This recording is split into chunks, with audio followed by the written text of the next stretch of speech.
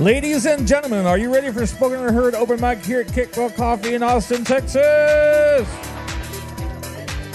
I'm Ernie B, and here's your host, Hot Tamale, and the lovely Lost in Thought. Lost in Thought is back! Woo! Where overproduction is our middle name. Thank you, Cleveland. Okay, good night. Thanks for coming. Good night, show's over. Thanks for coming. Tip your bartender. What's happening, Kickbutt? You're about to witness the baddest open mic in the ATX, spoken and heard live every Sunday night at Kickbutt Coffee, Music, and Booze. That's right, this is not your average ordinary coffee shop. We do have a full bar. And behind the bar tonight, we have A-Town Austin, who will keep you fed, caffeinated, and buzzed. But nothing shows your undying love and affection to your bartender like what? That too. That will work. Bribery will work in the form of dead presidents stuffed in the tip jar or on your credit card slip. You know that. Nothing shows. A-Town Austin will feel your love and affection with those tips. Yes, just the tip. Tip your bartender. And the drink specials tonight are mixed wells. Yes. $4.25. Get your antioxidants and your booze at the same time. And do not forget, your intrepid hosts have specialty drinks named after us, but they are not drink specials. Yes. Lost in Thought has the Lost in Thought Brain Blender. Drink a couple sips of that. You'll start acting like Lost in Thought. Ernie B has the Ernie B Power Up Shot. If you want a little bit of energy and a little bit of alcohol, there's Ernie B. He's drinking not his so much alcohol. It's more just energy. Well, I know, but I know there's a little bit of alcohol in there. Just a little bit. And then for Hot Tamale, you got the Hot Tamale Hot Cocoa. You can get it hot or iced. It's a spin on Mexican hot chocolate, but instead of cinnamon, it's Fireball. Delish. And let's see, I swear I'm totally off my game right now. Okay. Let me see. Oh, you know another thing? Uh-oh, what's up? Kickbutt is 16 years old today. Yes, Woo! Hell yeah. Hell yeah.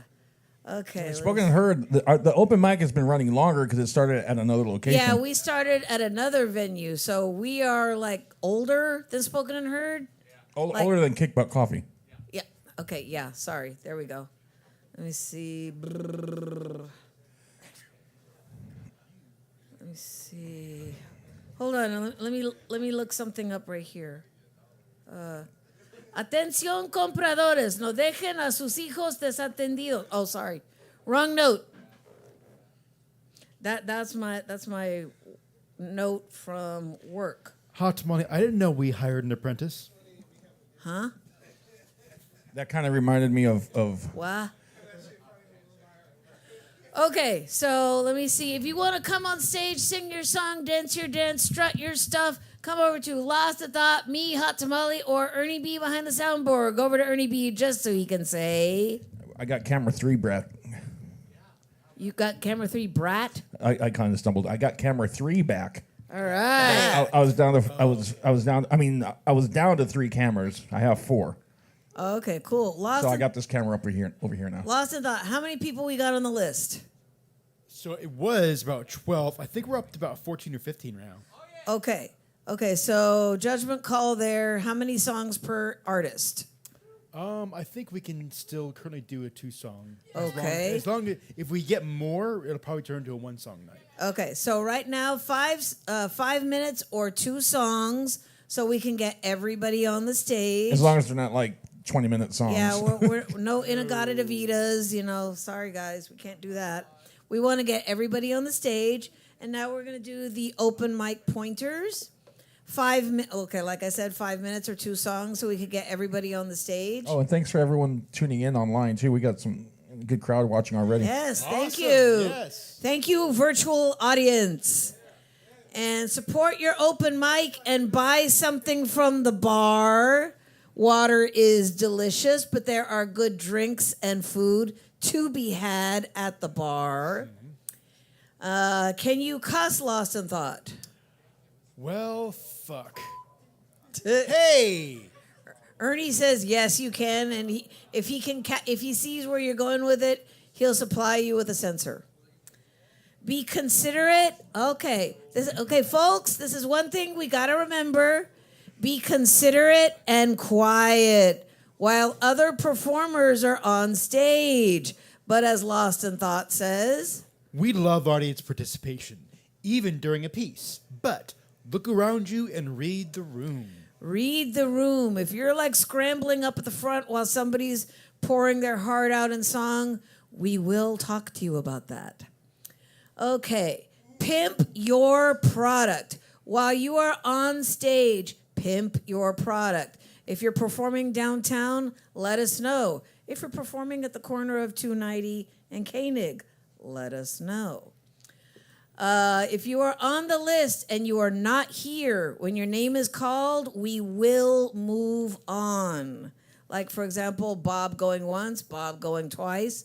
On to the next performer. What about Bob? And if Bob runs in here, goes, I'm sorry, I'm like, I'm sorry too, you're at the end of the list. Yep. Okay, so I think that's everything. Are you ready to get started, Lost in Thought? I am. All right, let's do it. Let's do it with the ship captain himself, because that's the kind of shirt he's wearing, I think. Let's hear it for Tom Moon and anyone else who's going to come up on this stage.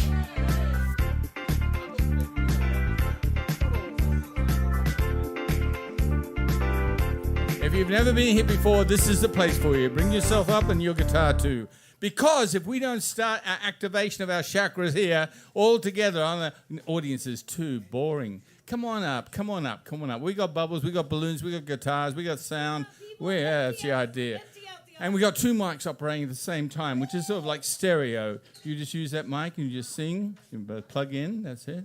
And suddenly things start to happen. Come on up. And make those bubbles happen, folks. We got bubbles, we got balloons, and we got a sense of humor.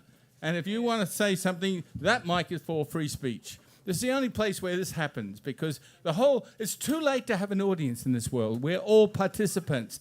Ask Casey Chambers. Everyone's part of the world, and we're all part of what we make it. So while we make it, let's make it really good, okay? We have begun the year of the dragon, the year of the wood dragon. We have begun Buddha's birthday. We have begun, what's that happens in Louisiana? What's it? Not mine. No, you can't say that. I'm not being sexist, but the beads are for people on stage and the balloons are, everything is for everyone. What do you say about that, young man? This is the first time I've seen no one in the audience whatsoever. Everyone's here. Everybody's here. It's great. I love it.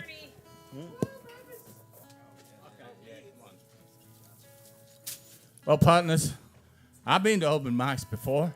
I've been bored by people who simply want us to ignore them. But we will not ignore you tonight. We'll be listening with our deep oracles to your oracles, to the things you've got to say, to the precious songs that you have crafted in your solitary confinement in some home somewhere.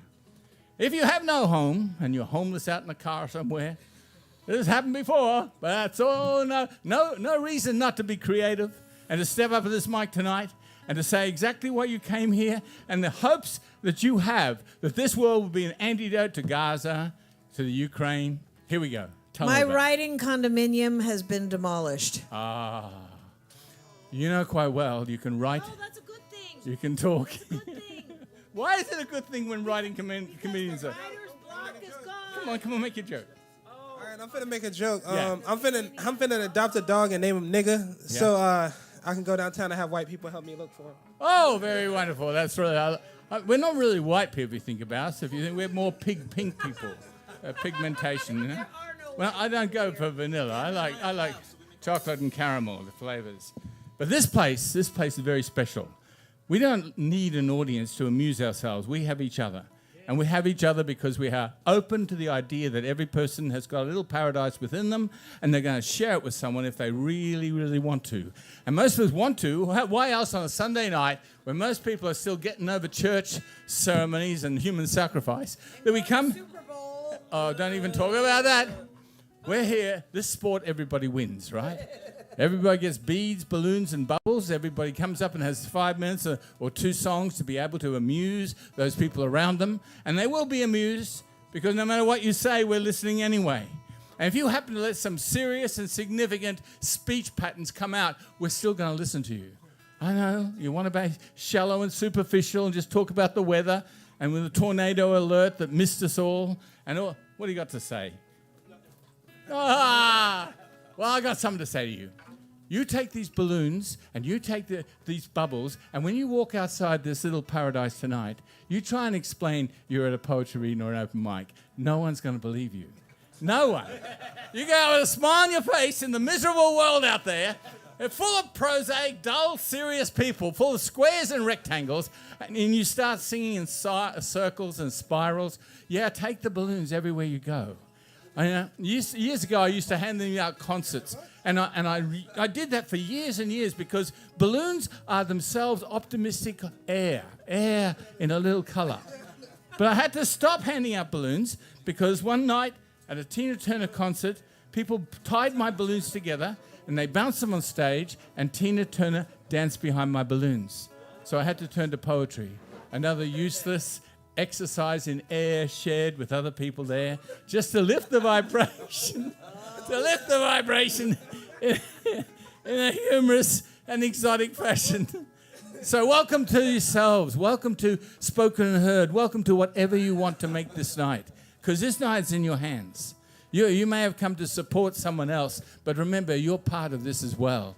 There is nothing without everyone, and all of us are in this little ark, which has 16 of every creature, and we're all on the same side, the inside, and it's much better than the outside, which is cold and cool and dark. So that's the only sides there are, the inside, the outside, the upside, and the downside, and there's no downside tonight. Everything is waiting for you. This has been a taste of the buffet, a taste of the banquet, the phantasmagoria of your own being shared with everybody else. So welcome to Spoken and Heard, and may every moment tonight reward your smiling with the epiphany of the delight of your shared lives. Welcome to everyone out there here!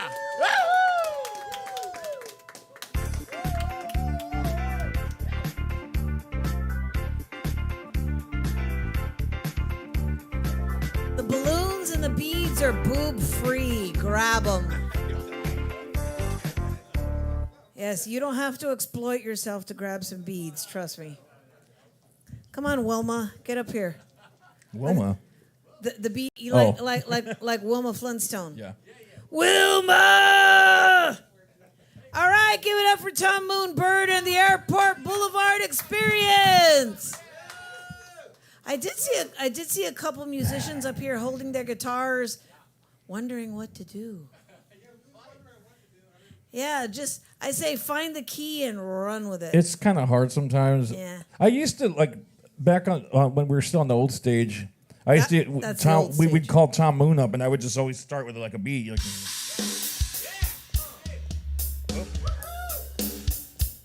And they would just play along with it, you know. But I don't know. It's maybe we'll get back to that little flow again. You never know. So I'm way back here, so there's kind of like a delay, you know. Everything is different. Everything is different. Every Sunday is different, and every Sunday is incredible. Lost in thought. Who is coming up next? Well, coming up next, I see that he's assaulting someone right now with a balloon. Let's hear it for Andrew Ornament.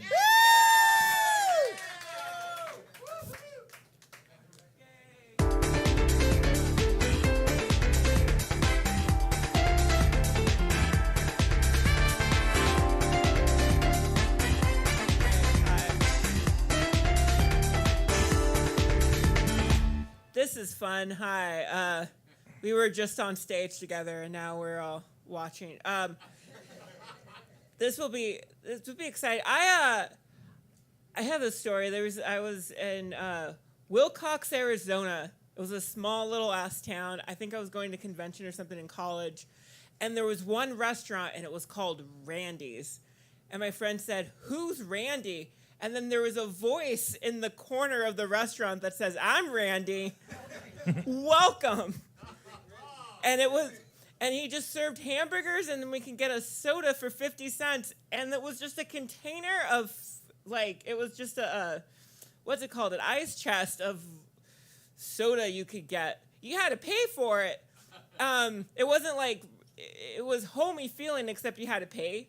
And then on the wall, there's just all these tickets of Super Bowl tickets that Randy spends his whole life in a small town with foreigners who get lost in fucking Wilcox, Arizona, so he can see the Super Bowl live, and he has the ticket for it. I mean, that was 15 years ago. I hope Randy's still alive. Hope he didn't get COVID or die. I hope he's alive. I hope he's enjoyed the Super Bowl. It's the day off that you can't go to Randy's and get homemade hamburgers. Anyway, that was a weird story. That was a long time ago. That 18. Oh my God, that was like, maybe 18 years. No. 20 years ago. That was, I'm old. I'm getting old. I am 36 years old. I know you're older. But I I don't want vagina. Okay, so it's okay. I don't, that was the whole, sir, I don't know. That's the whole, I'm assuming, sir, but here's the thing about the young, what? That's the whole thing about the young generation. I'm always afraid of pissing off a 20-year-old by misgendering them. Like, as a gay man, I should be more open, more gender fluid, but I don't want to change my wardrobe. It's too much to do it. It's too much energy. I am a stubborn person. It's taken me at least 15 years to be okay with my penis, and I'm keeping it. And I'm at that age where if I buy pants, I'm gonna keep them until I die. As long as they're not too baggy, but as long as I don't gain too much weight or lose too much, like, I'm gonna keep them.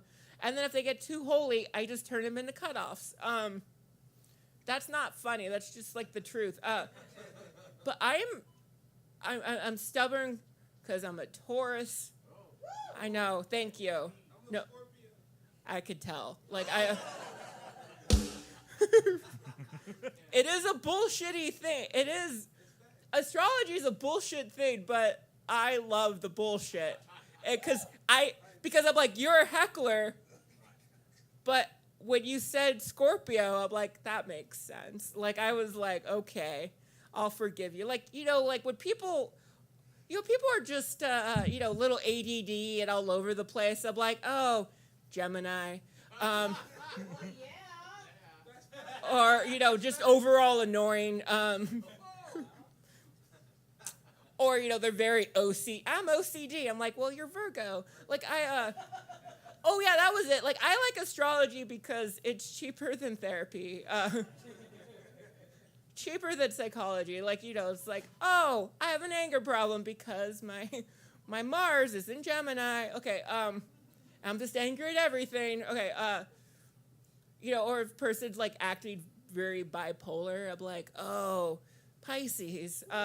I know. Why am I calling people out? Like, but I know some people might be like, oh, you're full of shit. You don't know what you're talking about. Prove it. And I'm like, classic Capricorn. That's the punchline to that. I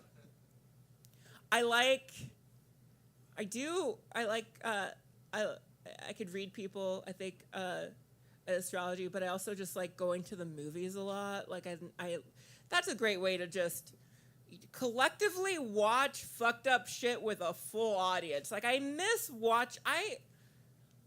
love watching movies. Like, I liked watching Saltburn with an audience. Like, I loved watching a guy eat out a woman in on her period and then coming up with blood. I know I ruined Saltburn. And look, I spoiled it. You're welcome. You don't have to watch that movie. There's too many movies. I hate when people say spoiler. You know what? Spoil all the movies to me. Tell me how The Godfather ends, because I don't want to watch that. Yeah, I don't know. I know that there's a horse at the end. Okay, anyway. Anyway, thank you guys. Bye-bye.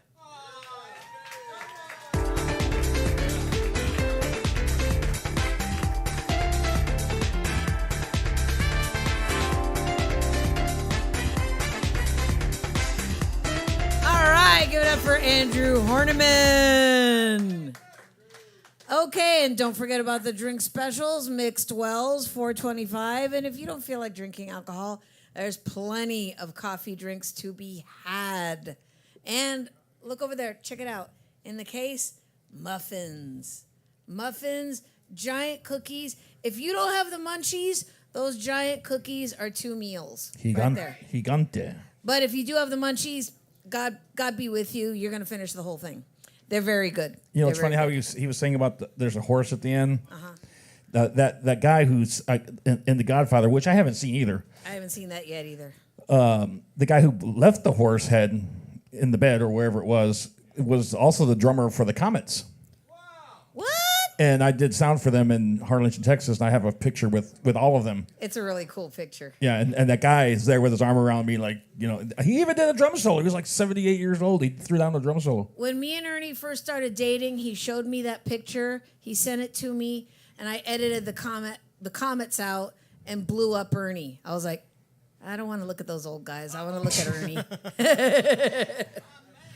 Much respect to the Comets, but he was. Oh, they jammed. He was the one on my eyeballs. And what was crazy though is like they'd be in between songs. Okay, this song was a big hit for us back in 1954, and I'm like, holy shit, dude, these guys have been around.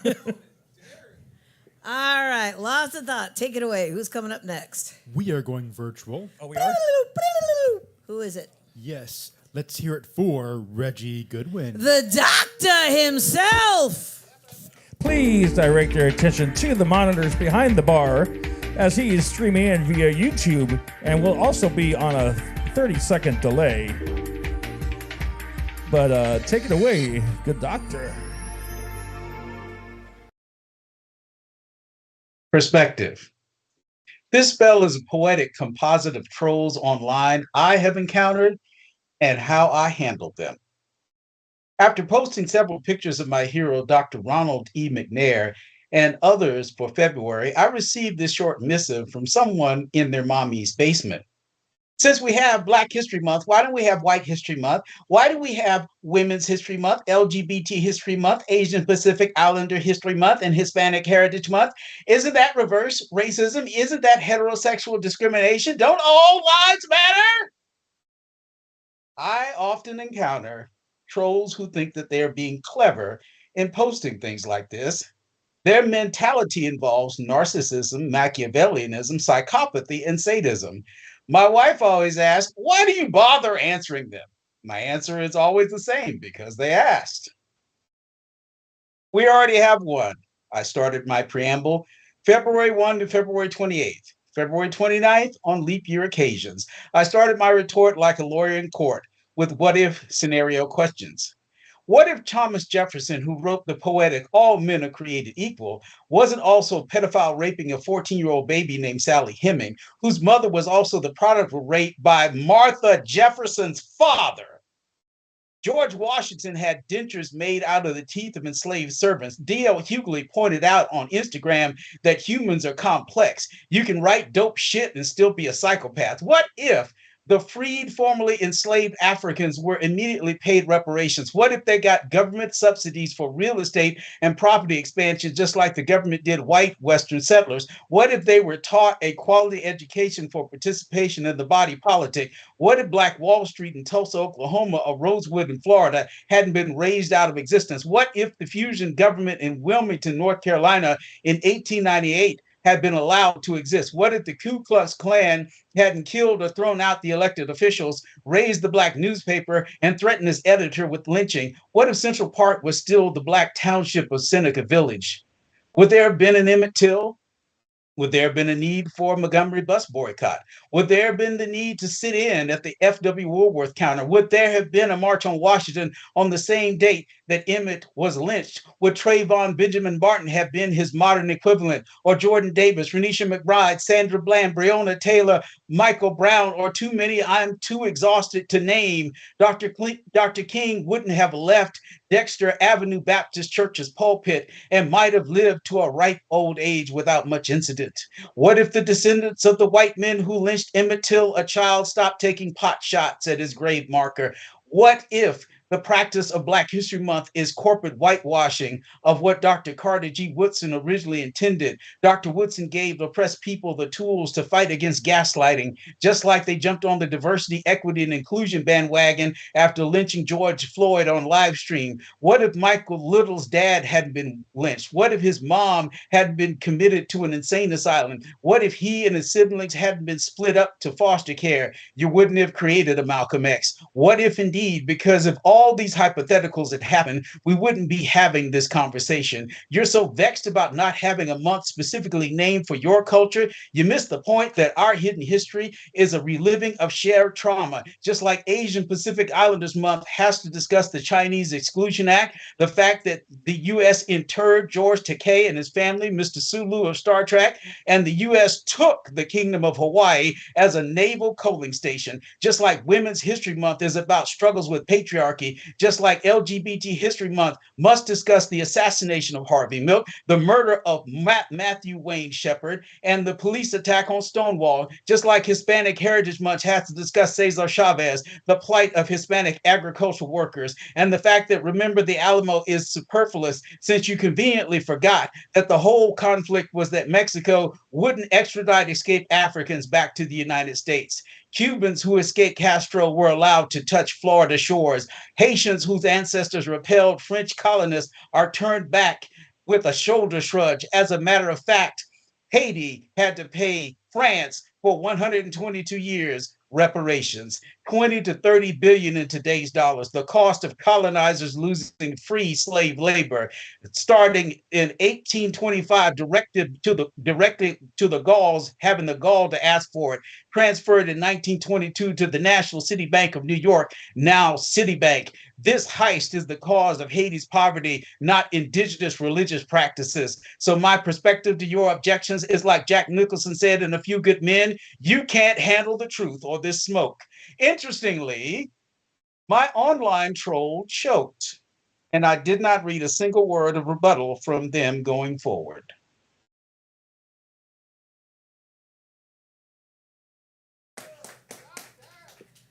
All right, give it up for the doctor himself, Dr. Reggie Goodwin from Greensboro, North Carolina.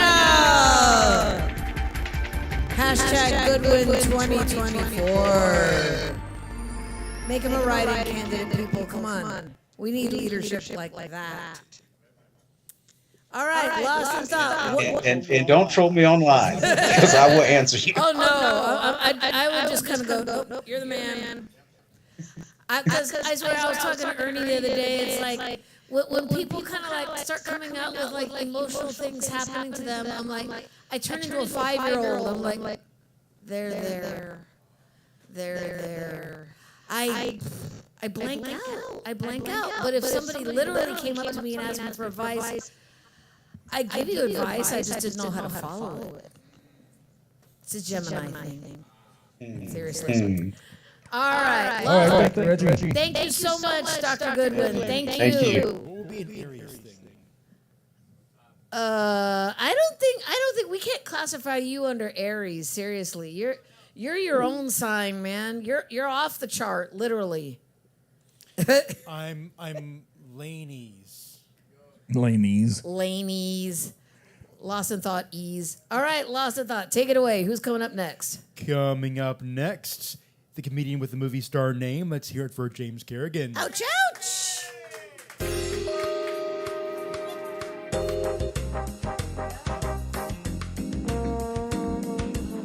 That's me on the trombone. Yeah, give it up for Ernie on the trombone, everybody. Oh, my God. no, Oh, it's not. my God. Yeah, I know. We all know. We're all very aware.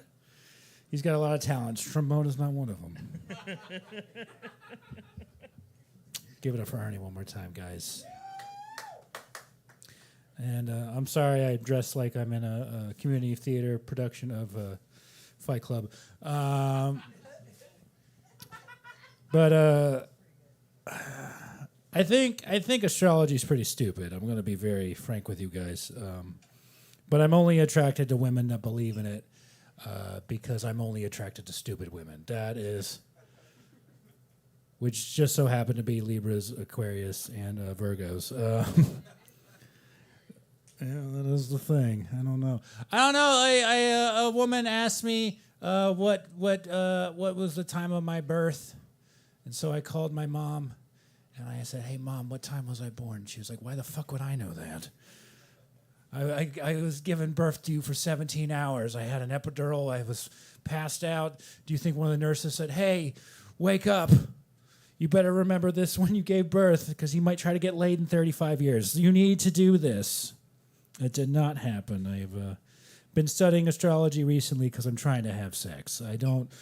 When did every single woman I'm remotely attracted to just start talking like a mythical genie all of a sudden? That is. I will grant you all your wishes. You must answer me one question. What month were you born? May. Sorry, you're a Taurus, I'm a Libra. We don't mix. Goodbye. And she just disappears into smoke. She should have asked me what my moon sign was. My moon sign has a huge dick. Right on. One laugh. All right, cool. We're doing comedy, folks. Hell yeah. I went out with this girl a couple times. I went out with her twice. And then the other day she sent me a text that started with the phrase, "after some reflection." So I immediately stopped reading the text because nothing good has ever happened when a woman texts you after some reflection. It's never after some reflection, I think we should try anal. That has never happened ever in the history of ever. It's always after some reflection, I realize that we're two different trees going in two different directions, and you're poor. Yeah, it is the truth, isn't it, Tom? You know all about that, don't you? I've seen your car. Now, if a man sends you a text that starts with after some reflection, the next text will be a picture of his penis. Followed by we should try anal. Those are the two things. I don't understand dick pics. I've never understood dictures, which I don't understand why we don't call them that, because that's exactly what they are. But I've never done a dick pic before. I've never got it. I don't know if that's the most interesting thing about me. I think we should stop sending unsolicited dick pics and instead send unsolicited bed frame pics. Because they know you have a dick. They're not sure if you have a bed frame. That's way more important. I think we should stop sending unsolicited dick pics and instead send unsolicited just clean the bathroom pics. Because a big dick's great, but black mold's no joke. That is the truth of the matter. Yeah. I'll do this joke. I haven't done this in a long time. I know that white privilege is real because I've been called a white slur before. And when I get called a white slur, I start talking like a character from Dragon Ball Z. I'm just like, "You fool. You thought that would have an effect on me, didn't you?" I've heard that sex with me is a lot like an episode of Dragon Ball Z. There's 3 to 5 really cool moves, but it's mostly me screaming the entire time. Are you finished yet? You will be. Ah! My hair changes color. They don't finish. It's a fun time. It's a great fucking time. I grew up. I mentioned my mom earlier. I was born at an army hospital at 4:02 on May 8th, 1989, on a Monday. So I'd mention that just in case anyone needs to do my chart. In Washington, D.C. But yeah, I grew up in D.C., and my mom was an Army nurse. Did anyone else grow up with a woman that had massive PTSD? Anybody else? No? Just scream in the middle of Target? No, but my brother and I, we were raised at the Army hospital there, and the nurses there loved us. They gave us what they called were squirt guns. I found out later that they were actually anal syringes. Yeah. I told that joke to my mom, and she said there's no such thing as anal syringes. And I said when I was 13, they were definitely real. Can you explain a little bit more? It's a joke, man. It's a joke, dude. What? I was confused halfway through. Okay, I can tell you're like that a lot. When I was 13 years old, my parents got a high-speed internet connection and a brand new computer.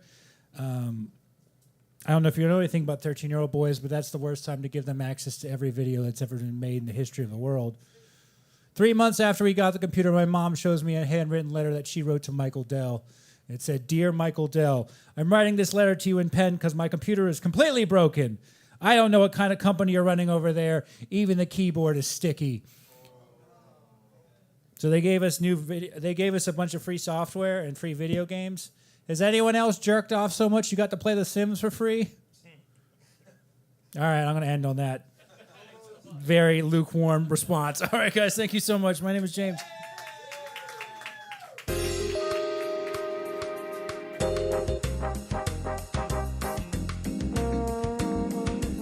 That's me on the trombone.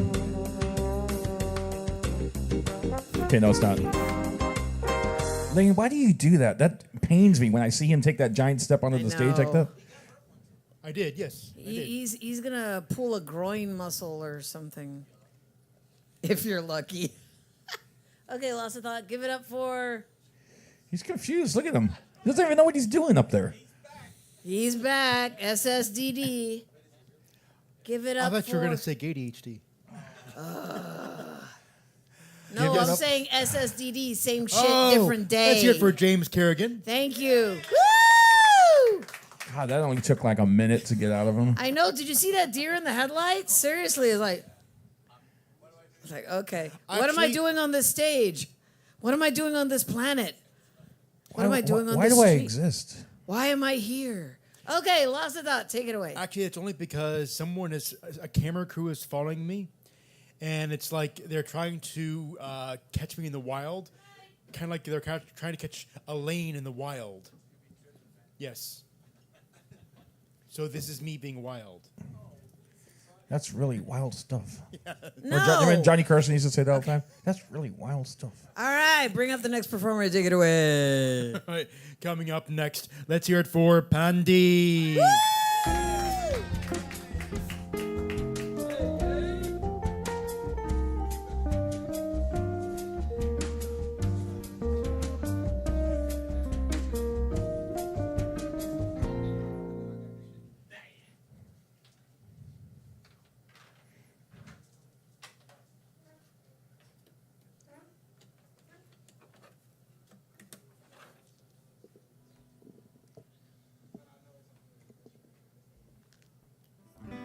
Hey, what up? If I could wrap my arms around you for just another day, maybe it'd feel like the first time now that you're away.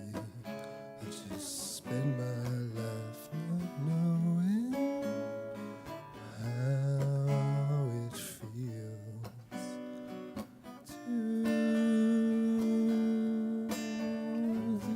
These days I can shake the awful feeling I'm missing something I can't place.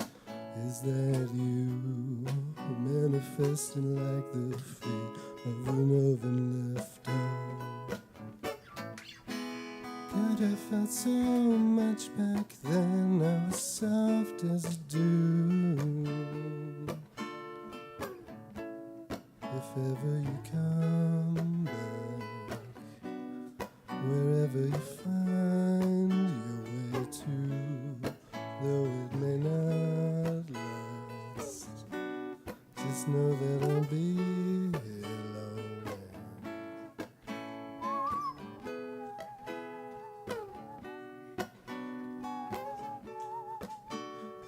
Away, passing time, just popping wheelies, kicking round this flyover state, watching you show off to the world the parts I felt so hard for.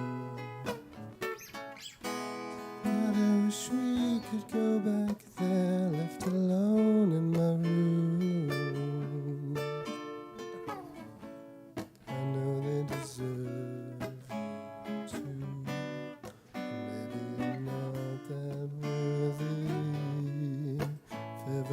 remember wherever you find your way to, though it may not last. Just know that I'll be alone. Thanks, Tom. Oh yeah, it's a Japanese breakfast song. It's a love song. We're doing two. Yeah. We're doing 2 songs, right? Yes. Yeah, we're doing 2. I'm doing another love song, damn it.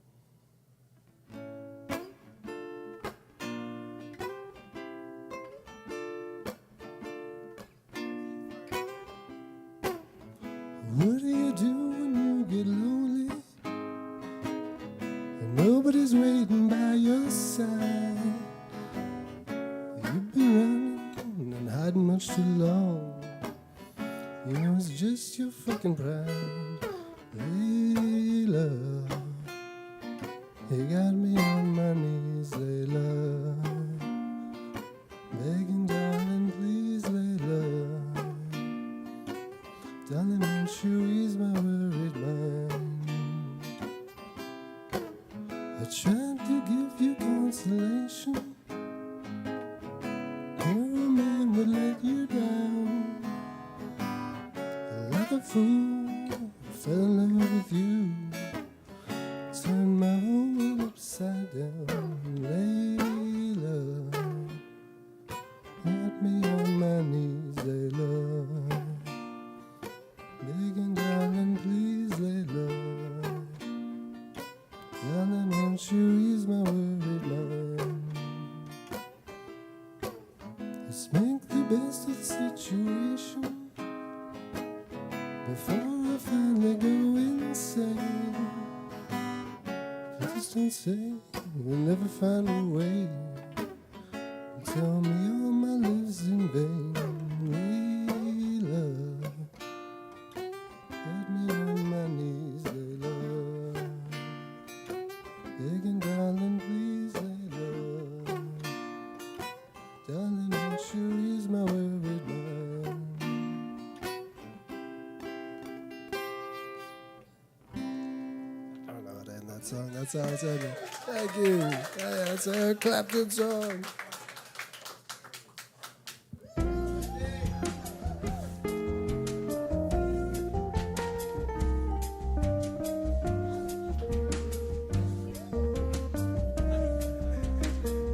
All right, give it up for Pandy.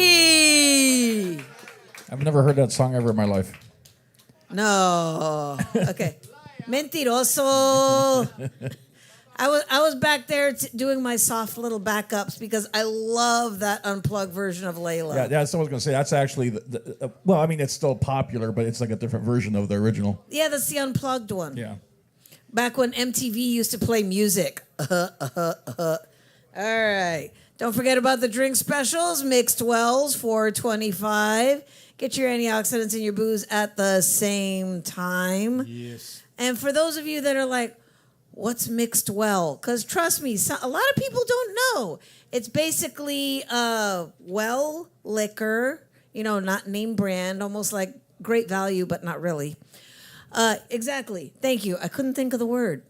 And then that's just when you mix it. Well, it's not the high shelf liquor. It's not top shelf stuff. Yes. So if you want to get well whiskey and Coke, So instead of that like- falls under the drink special. Yeah, so instead of Jack Daniels, you would get, Austin, what's the well whiskey makers? GW Daniels? Samuels. It's lost in thought whiskey. Good God. I mean, it'll still get If it was lost in thought whiskey, it would be rubbing alcohol. Good God. And the old secret is to, like, if you're drinking whiskey, get yourself the first shot, The good stuff. and then after that go to well. Yeah. And then Because you got the taste. You don't care after that. yeah, and you save yourself a little money and you'll still get a buzz. So Yo! All right, lost in thought. It's not nice to fool Mother Nature. All right. So that's exactly what that looks like right there. All right, lost in thought. Take it away. I'm trying to remember where that's from. oh, jeez. Lane, bring up the next performer. I'll tell you. Okay, do you remember the lady that played Dorothy's sister on Golden Girls? Yes. She was Mother Nature in a margarine commercial in the 70s. See, he remembers. Coming up next, Thank you. Thank you. let's hear it for Clint the Poet.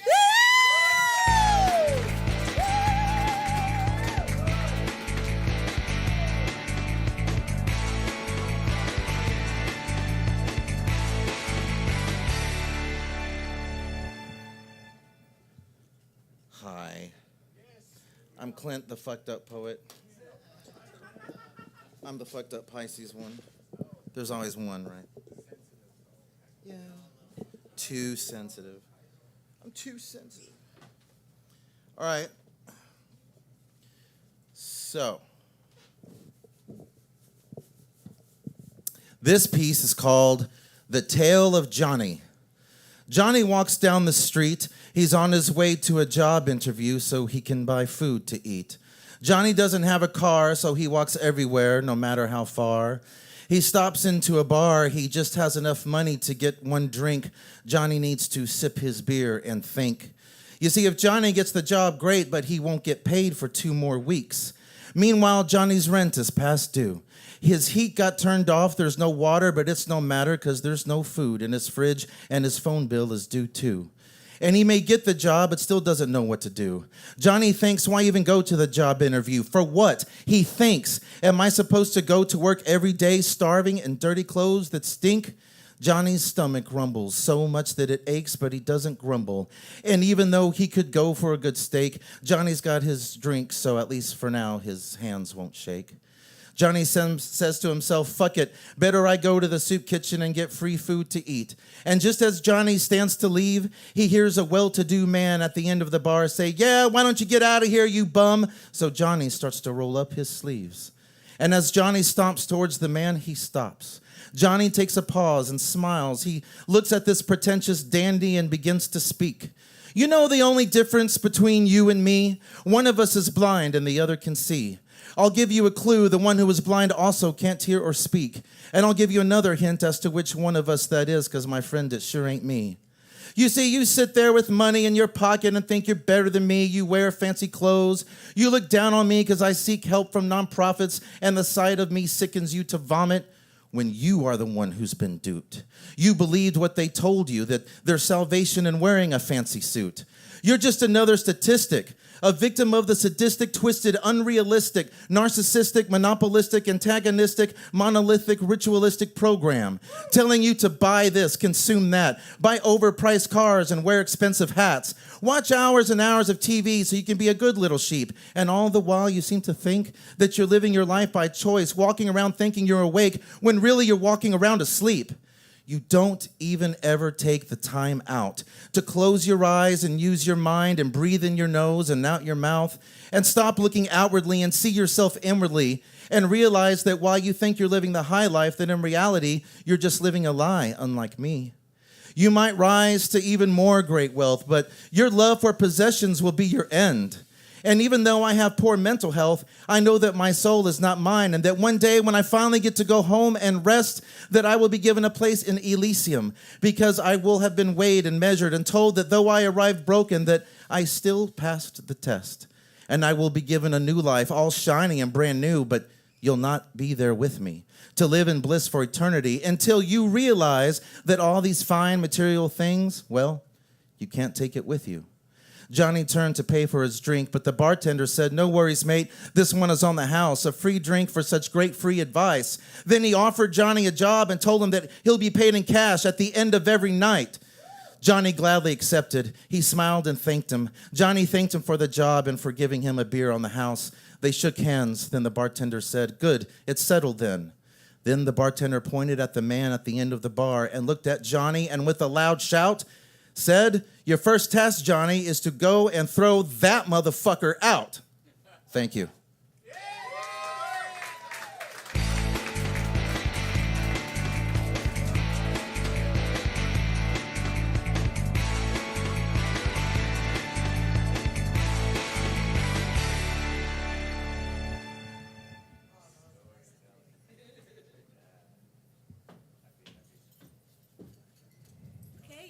You're gonna pull a muscle. Give it up for Clint the Poet! You know, that's why they built stairs. All right, I don't Wilma. need stairs. All right, Wilma. Who's coming up next? Ooh, new voice. New voice! Let's hear it for Billy Blue Puss.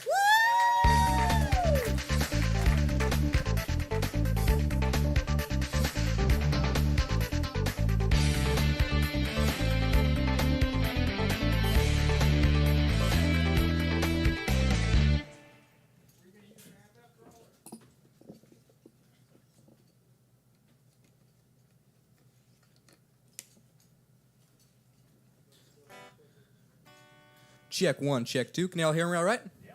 Awesome. Is the volume up on the guitar all the way? Oh, there it is. Okay. How's that? That's better.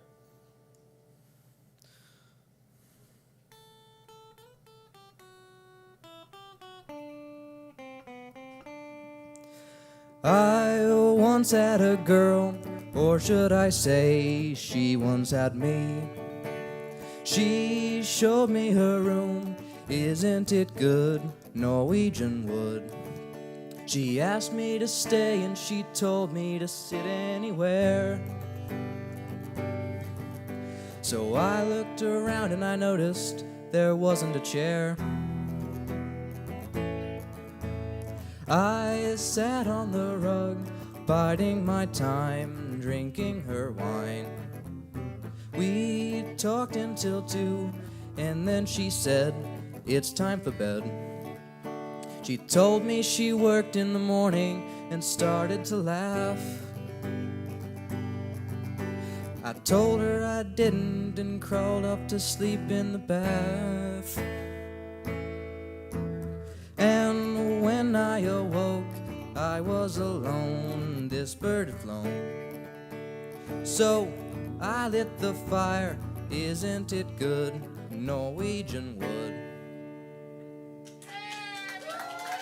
Thank you.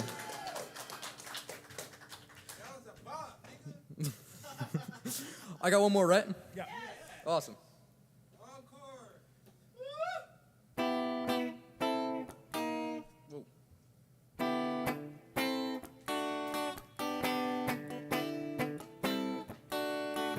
Hip, hip.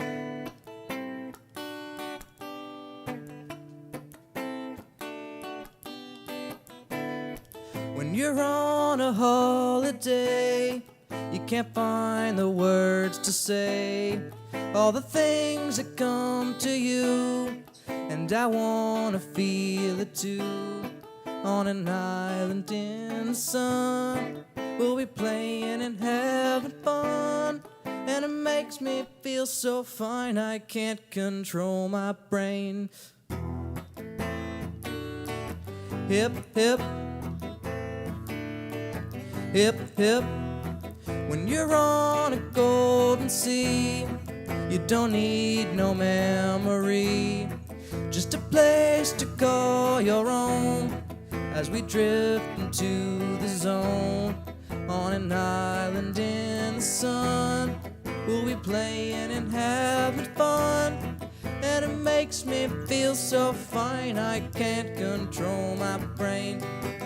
We'll run away together, we'll spend some time forever, we'll never feel bad anymore. Hip, hip. Hip, hip.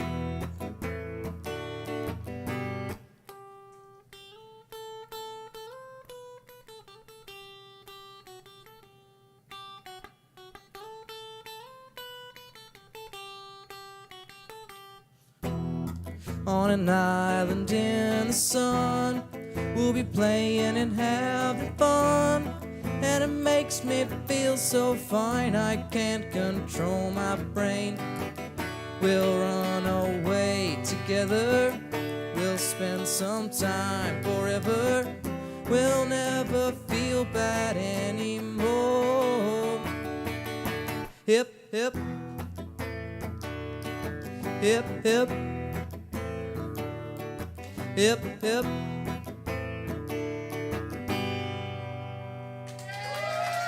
Thank you. Thank you very much.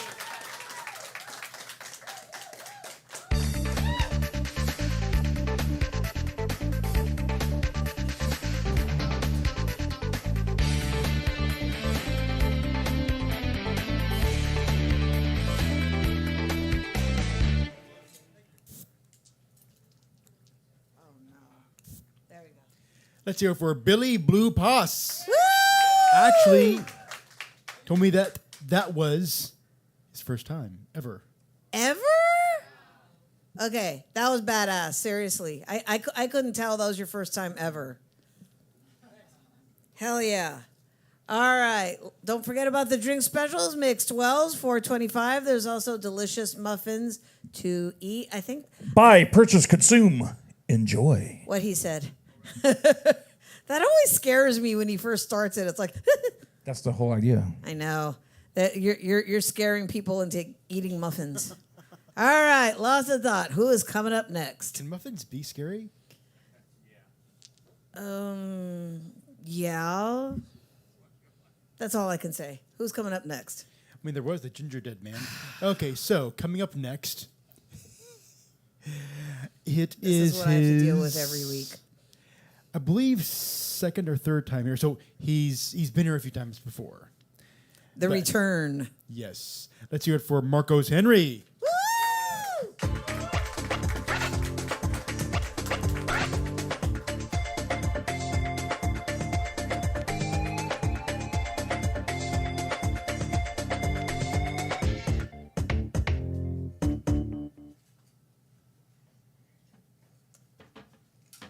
Hello. Okay.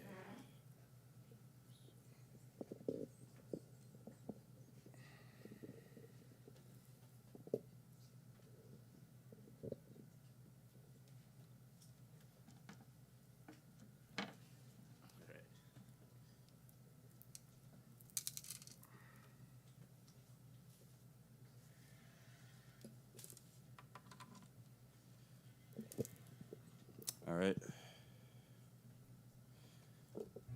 Is that good? I got it. All right. I might put this backward. Okay, I'm gonna play one original that I wrote this week, and then I'm gonna do one cover. So. Yeah.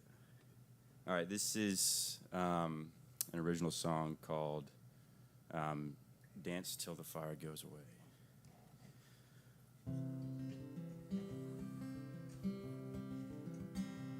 I'ma dance as long as old me can stand. I'ma dance till the morning and the moon. Oh, I'ma dance as long as I still think of you. Oh, I'ma dance till the fire goes away. This fire's burning and it's hot. It's gonna cut me in two. But all I gotta do is dance until I'm new. Dance till the fire goes away. My friends don't like that I dance, 'cause the bottle is empty every time.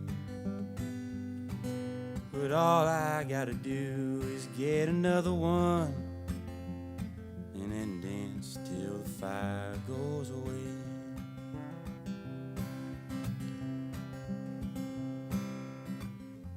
Never felt I had a choice. My circumstances led me to cry. Oh, baby, tell me, why did you leave fire behind? Dance till the fire goes away.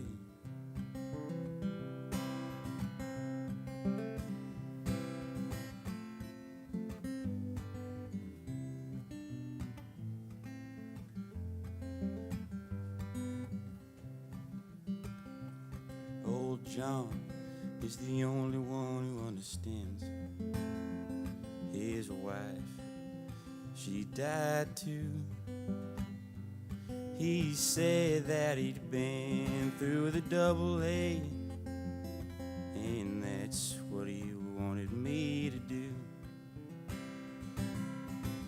I'm not sure this is gonna work. This fire ain't gonna end. So I'm sorry, John, old friend. I wanna see my wife again. Dance till the fire goes away. Dance till the fire goes away.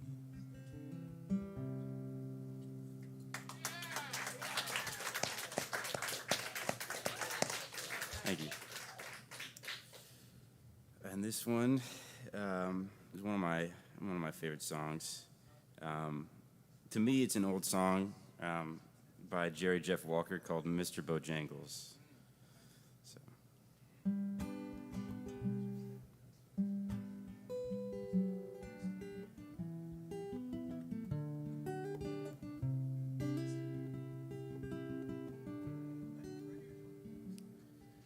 I knew a man Bojangles and he danced for you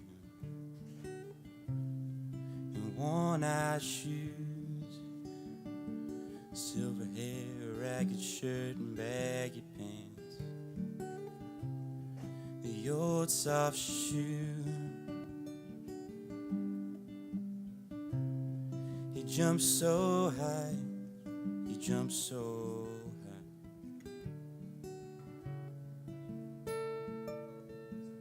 Then he lightly touched down.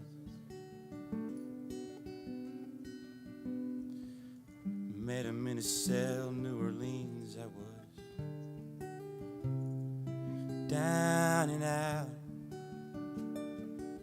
He looked to me to be the eyes of age, and spoke right out.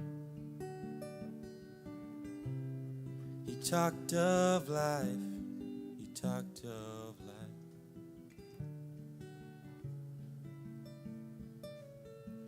And he slapped him to step.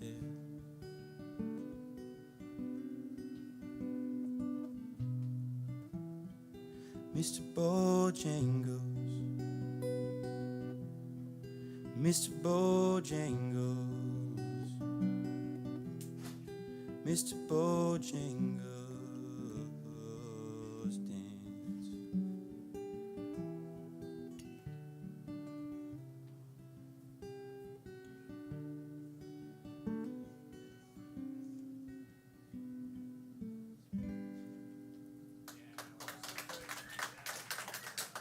Thank you.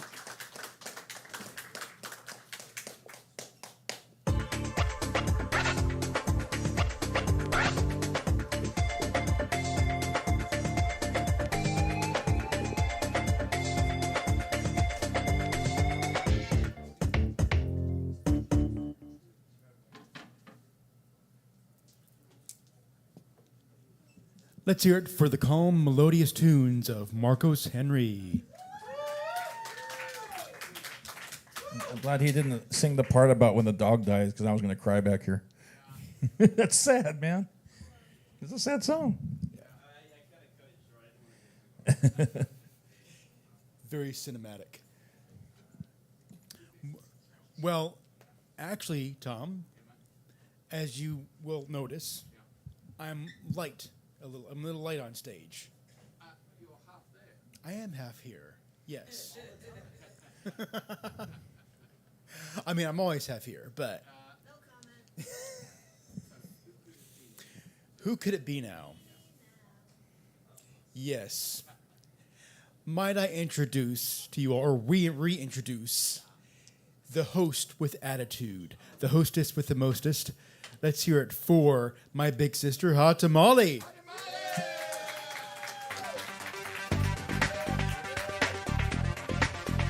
See, it's like I was saying at the beginning when Tom Moon was doing the Airport Boulevard experience. I told him that the writing condo has come down, and that's a good thing. That means the writing block is gone. I'm finally starting to write again. Yes. So I'm going to give you one poem and one song. Really? Okay. Poem first. And this one's called Magic. Ever since I met you, I know magic is real.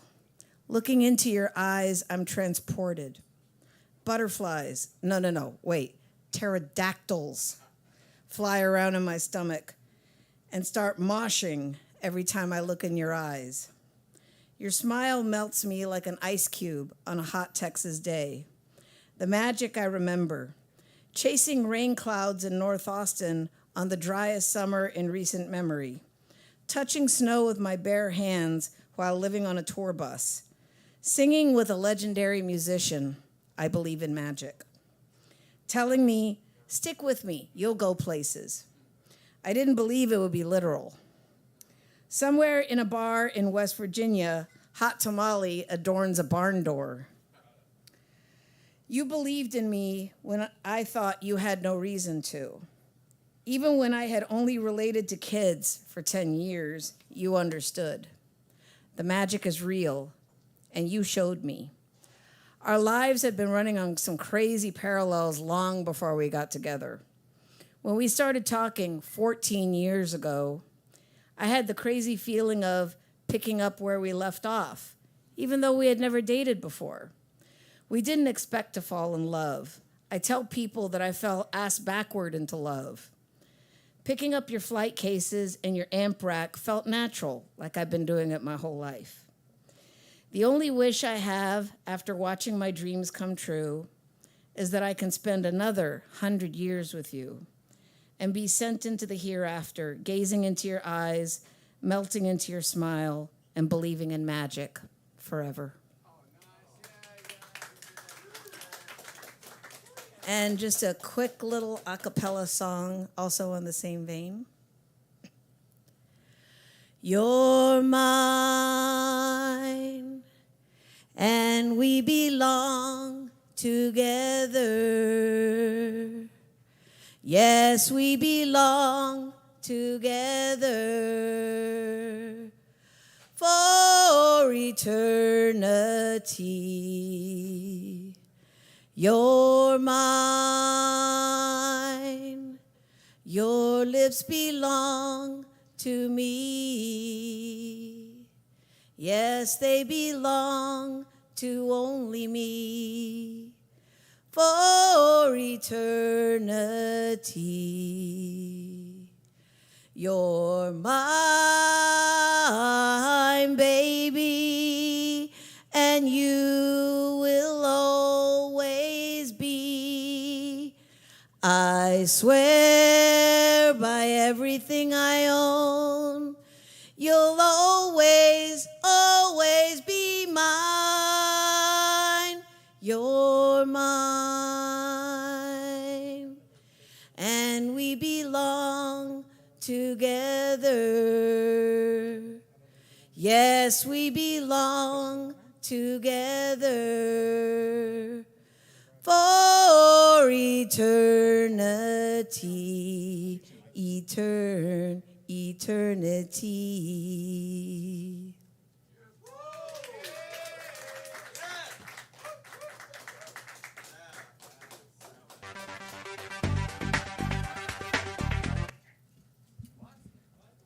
Because I'm already here. You're already up there, so I don't have to play the whole thing. Okay, but I'm not going to say give it up for me, so go ahead. We'll give it up for her.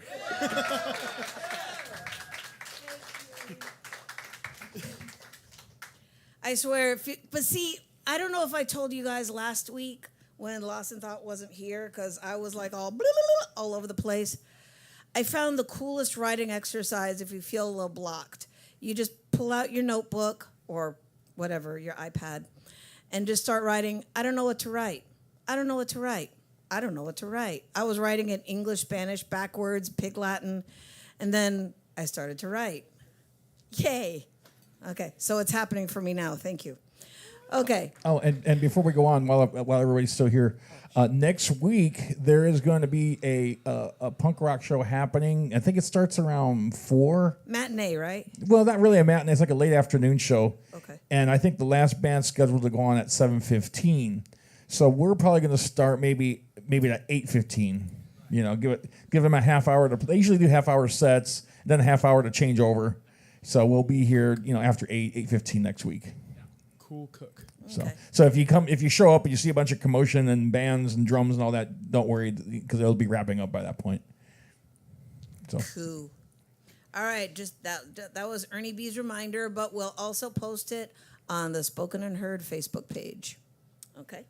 Which you should all totally be following.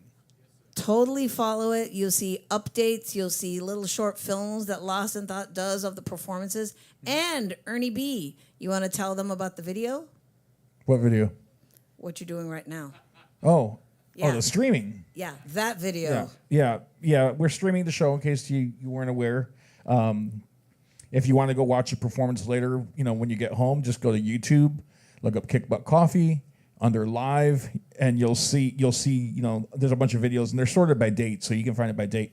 But you'll see the Spoken and Heard logo, and it's one long show, but you can find your set and share it to your page or whatever. And there's that little thing when you share it on YouTube, on your computer or anything, anyway, where it says start at. So like if you're at an hour and 12 minutes, you can click that little box and it'll start there when you share it.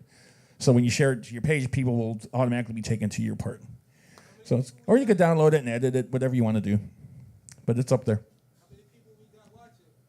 How many people are online watching? We had about 8. It varies up and down.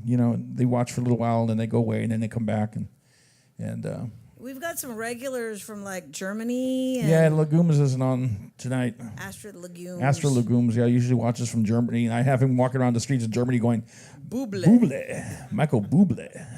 He said he was walking down the street one day and just because they'll chat, and he would tell me, and he just found himself going Buble. He's gonna get his ass kicked for no reason, and then he say, "Hey, it's just Ernie B saying Buble." And then last week I found out that Michael Bublé does shrooms. Yeah, he did shrooms during an interview. Yeah, so he instantly went up another notch in coolness. So now he's at notch 1.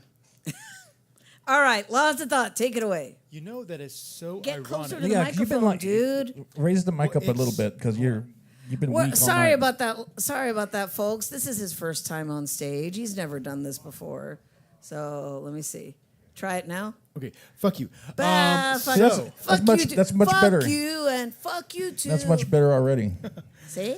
So I was going to say that is so ironic, but because people usually ask me if I'm on shrooms. You are a mushroom. You are a mushroom. You don't do substances. You are a But substance. not a psychedelic mushroom. Just a regular mushroom that you would cook with. The kind that just pops out of the ground after a rainstorm. Yeah, there's a light over there that's freaking out. Hey, Austin, can you turn that light off over there? Because it's like flashing. I don't know why it's doing that. I was wondering why everybody was falling on the floor and going all over the place. There. Okay. There it is. Cool. All right. Thank you, sir. Okay, Lost of Thought, take it away. We've got a new voice. New voice! Let's hear it for Dagny.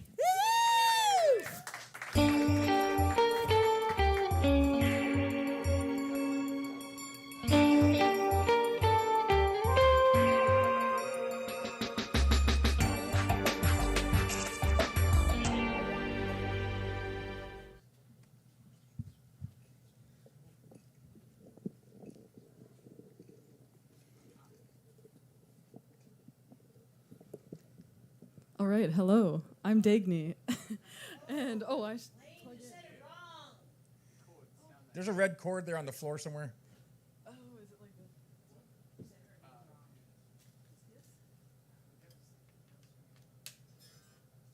Is that? Oh, nice. Okay. Yeah, it's Dagny, like day. I'm from Minnesota originally, so it's a bright A. Or however. Okay, so I'll play 2 of my own songs if I have time for them. But yeah, so this is my first song, and it is called Scored By. And I wrote it when I was living in Los Angeles and crushing on a a musician that I always thought I would like see around town, but I never did. But I thought it was going to be very real. But instead I wrote a song about it. So.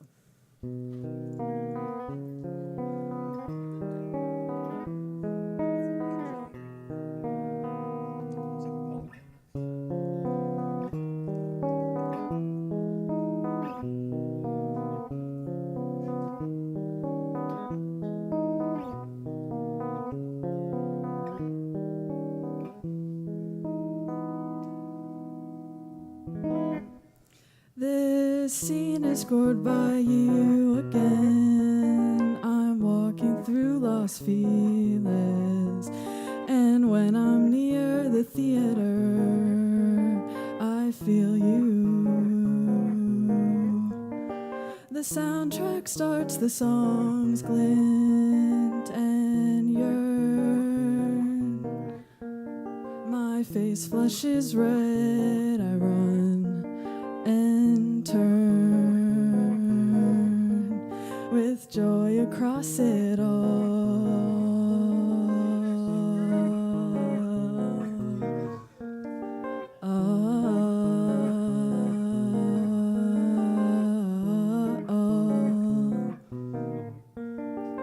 You score my whole experience here and lead me to where I can feel you but can never find you near.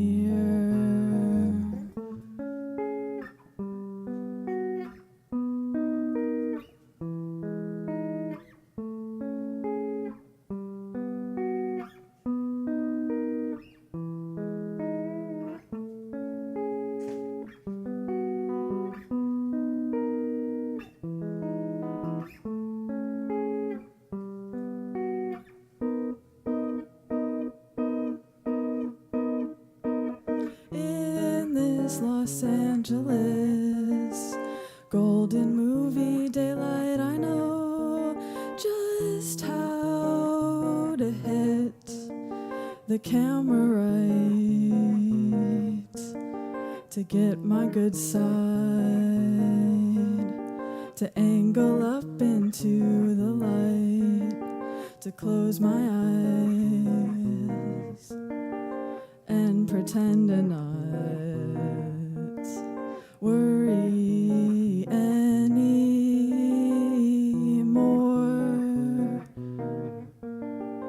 But is it really you, or is it my expectation of you? We actors play good parts, maybe it's just too true.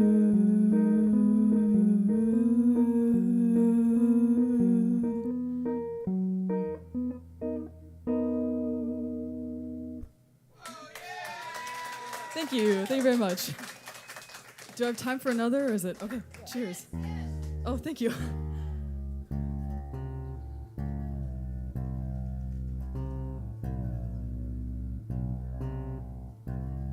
Sorry, 1 second.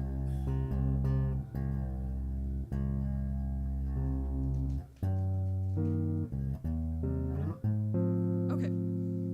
This one is called Orange 3, and I wrote it. Actually, just never mind. Just enjoy it.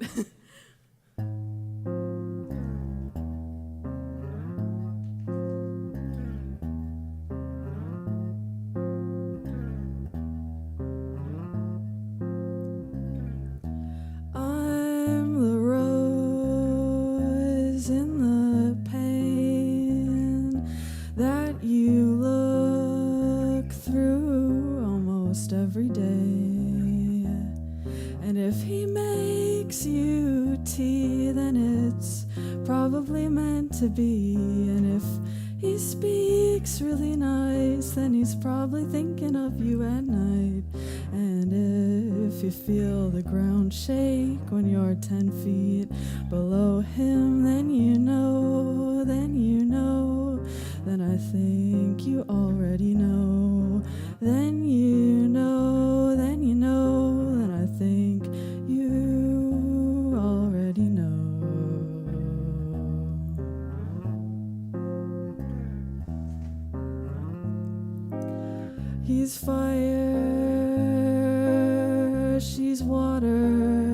gravity's earth, and I'm air.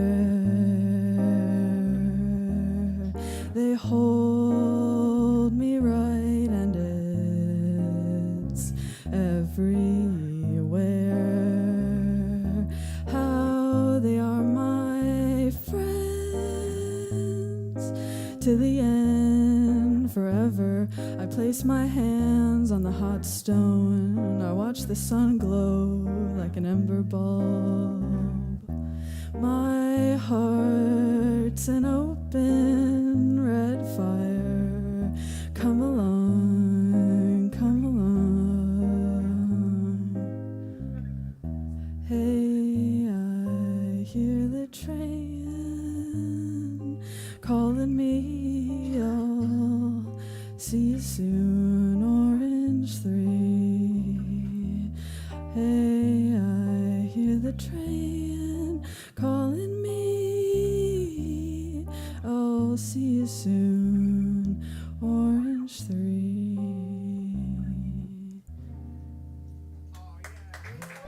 Thank you so much. Thank you.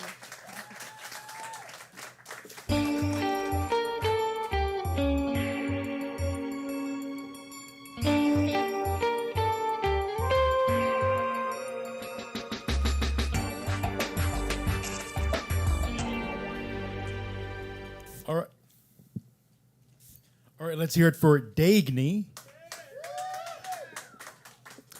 I could not get over. You want to do the bad host thing because you mispronounced her name?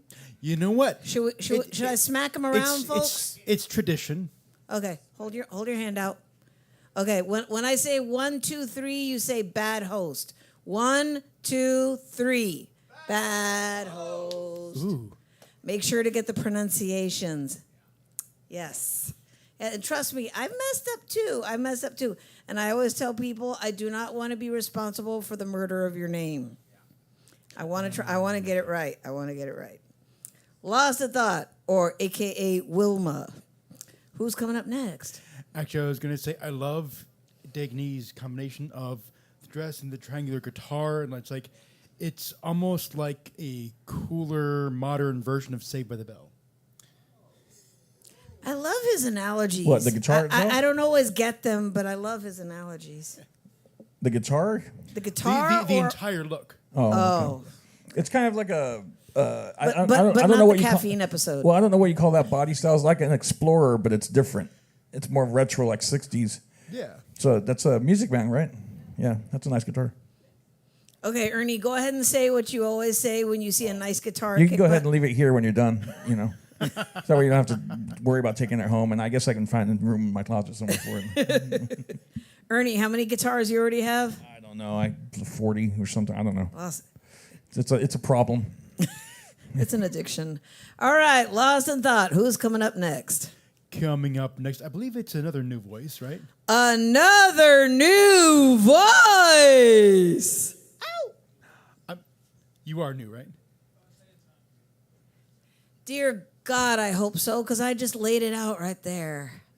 So, yes, no, maybe so. Coming up next, let's hear for Robbie Camesso, right? Robbie Camesso!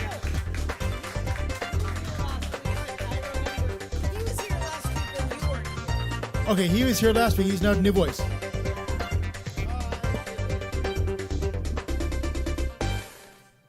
My last name's actually Johnson. No, he got it right. It's Camesso. I'm gonna make this quick, man. I got work at 11, so I'm gonna get going. Yeah, I do work. I work valet. I'm working overnight right now, and in my building right now, it's just me and like the very extremely handsome front desk guy, and I can tell he's handsome by the way like women talk to him, you know. Like they'll look at him, say things, a very like excited face, and things like, "Oh wow, that's so interesting." The last time I heard a woman talk to me like that, I was 9. Yeah. Turned 10 and been, downhill since then. So I can tell he's handsome, and he's the front desk is basically like an embassy at this point, because he'll have visits all night. Because because like my hotel is in 6th Street, so they'll have like random people walk in and they'll just talking to him. And some of the other employee will stay over and talk to him. Some of the guests will come down and talk to him. I'm just like, hey, dude, you're in the wrong profession, you know. Front desk guy, that's not a handsome guy job. It could be like a cult leader or something, you know.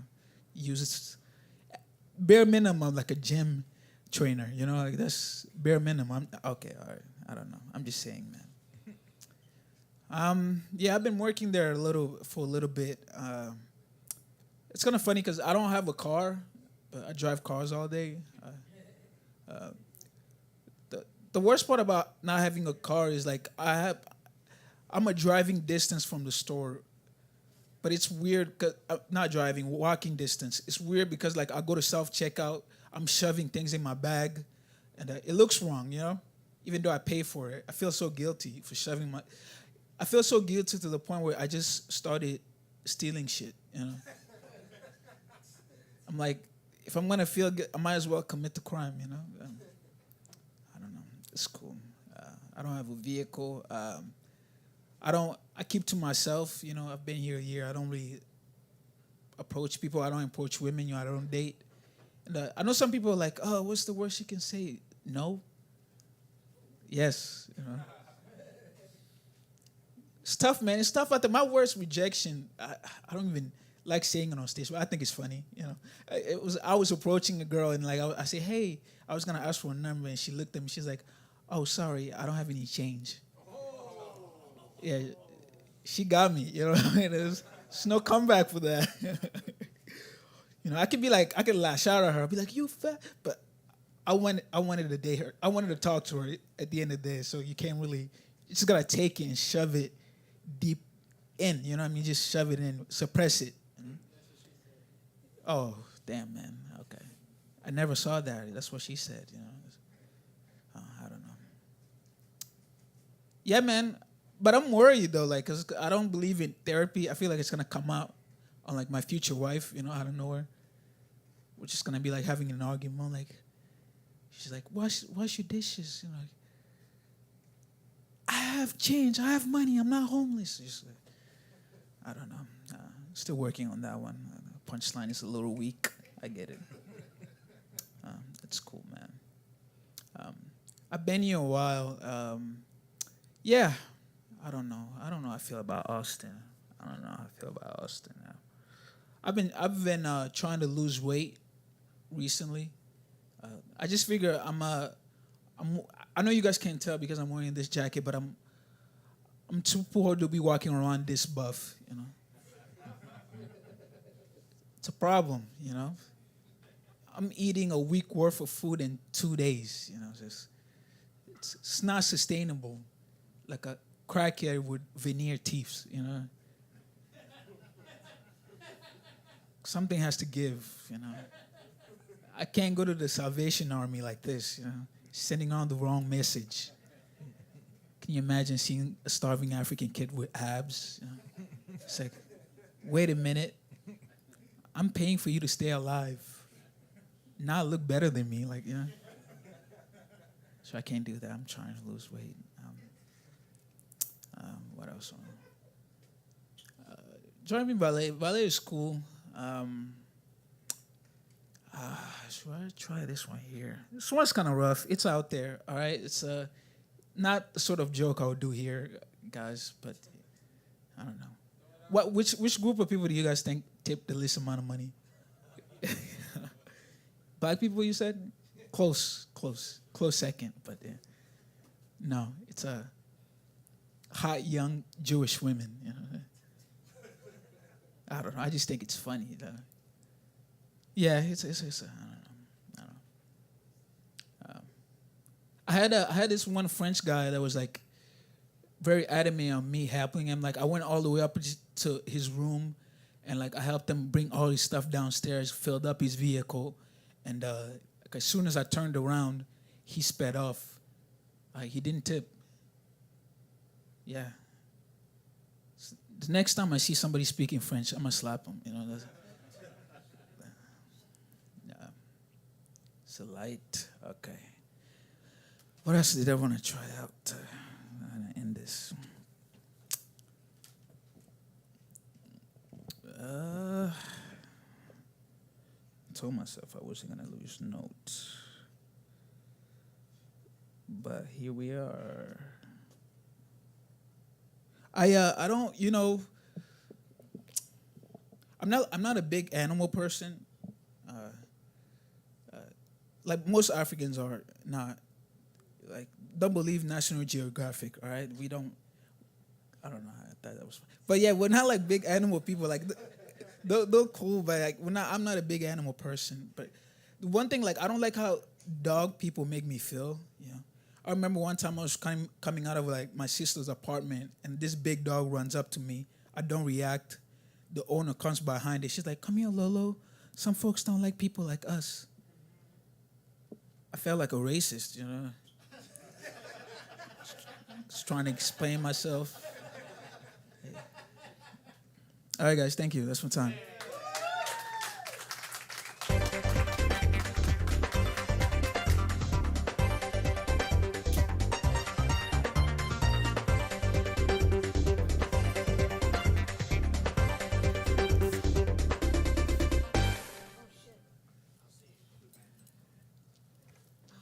Let's hear it for Robbie Camesso.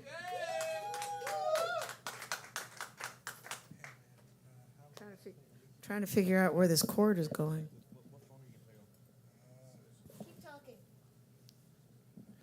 Yes.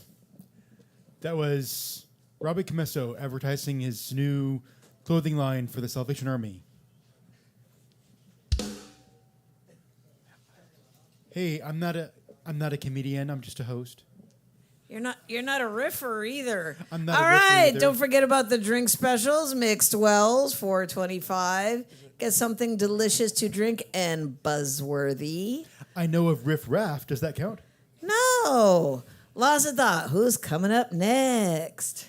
Coming up next. Oh, wait. Before we go on, Tom, you know the little marble balloons? Don't they remind you of super elastic bubble plastic? Yes, I do. Thank you. Okay, it's not just me. It was basically for kids in the 70s. They would give you a little tube of chemicals and a straw to blow up bubbles. And that stuff smelled like, it was like a combination of acetone and gasoline.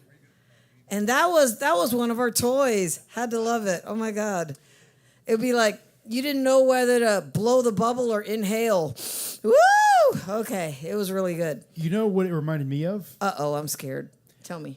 I killed Liz. I killed the Team Dream. Deal with it. Oh, Jawbreaker. I actually understood that, which is very scary. I'm starting to understand him. Dear God. Help me, Obi-Wan Kenobi. Lost in Thought. Who's coming up next? We've got another new voice. Another new voice. Let's hear it for Riley Pena.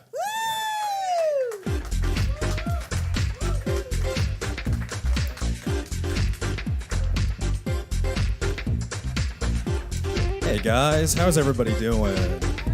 Woo, nice. Yeah, this is my first time performing in Austin, so let's see how my orientation changes, right? Let's see. I'm open to anything, right? Yeah. No, Valentine's is coming up. We got any crowd or couples in here? Any couples in here? Nobody? Good. I don't want to see you guys. Good. Too happy, No, you guys might be able to relate. You ever been like single for so long that you're like, oh, this is how long my pubes get? Yeah? All right, we'll have a little contest later and compare, I like to think I could braid mine now. Yeah. Yeah, I think I'll win, I was going to say dreads, but it's a little dirty. They're clean. Let's see. Dating. Yeah, no, dating's tough. I had to break up with a girlfriend recently. It just wasn't going well. Like, we weren't seeing eye and eye on a lot of things. Like, she had asked me, she was like, what do you think about all the Israel and Palestine stuff? And I'm like, I don't watch soccer. What are you talking about? I don't know what the fuck she's talking about, Yeah, that didn't work. No, and then I was on a date with a girl recently, and I thought it was going well. I had taken her to the museum. I had seen she had a water bottle in her purse, and I was like, let me go take a swig. It was vodka. Yeah, but me being me, I'm not really good at noticing the red flags. So the first thing I thought, I was like, man, she's frugal. Yeah, that didn't work either. So, whew. Let's see. Yeah, it's nice to be in an area where everything's very all inclusive. You know, we got anybody LGBTQ RST VHHMP? Yeah, nice. Gay? Nah, just keep it to yourself. Just kidding. No, I'm really glad like all those holidays and stuff are over with. I don't got to see the certain family I don't want to deal with. And I had a dinner with one of my aunts, and I was wearing like a Pink Floyd shirt, had a little rainbow on it. And the first thing she tells me, she goes, "I like your shirt." And I go, "Okay." And she's like, "It suits you." And I was like, "The fuck's that supposed to mean?" Yeah. And she's like, "I think you know what it means." And I was like, "No, I don't. What are you talking about?" Her ignorant brain was like, "Stop, this is too gay." Yep. That's why I see you once a year. She's all right. Let's see. No, it's nice, like, it's pretty cool. Like, I feel like you can be able to convince your friends to do anything just with a simple phrase. You can be like, "Hey, buddy, go to the movies with me, man. Don't be gay." You know? "Hey, help me move, man. Don't be gay, dude." You know? "Come on, dude, suck my dick a little bit. Don't be gay, dude." It's not gay unless you make it gay, you know? Come on. No, let's see. Yeah, my family, they're always telling me, they're like, "You look like a Mexican Kramer." I'm like, "What the fuck you're talking about?" I thought it was because I say the N-word constantly. Yeah. Let's see. Anybody want to get racist? Anybody like racism? No? Good, that was a test. You're black, you pass, you're good. You're good. No, I had asked that one time, I had a white lady go, "Me." I was like, "Don't you mean mine?" Yeah. Nice. First drum roll. Let's see. No, I think racism is hilarious. Like, I'm a Hispanic, I'm Mexican. I don't really care what you call me. I think any kind of slurs are hilarious. But if you're gonna call me anything, I prefer you call me Bina. Because once you put the hard R on it, we're gonna have a problem. Beaner, it's so harsh. Beaner. I like it. Wetback, all that, you know. Let's see, how racist can I get? No, like it's kind of tough, like being friends with people nowadays. Sometimes you want to just get to the point and be like, "Come on, dude, can I be racist with you?" You know. And I was friends with this white guy, and the first thing he told me, he goes, "Oh, don't worry, I'm one of the good whites." And I'm like, "Yeah, I don't think you're supposed to be saying that, dude." Exactly, yeah. We're not friends anymore, so lasted a week. No, let's see, how racist. Yeah, no, I guess in honor of Black History Month, I'll leave you guys with this one. See how cool you guys are. I like my black people like I like my chocolate. White. Nice. That is all I got, though, guys. So I appreciate you guys very much. My name's Riley Pena. Thank you. Woo.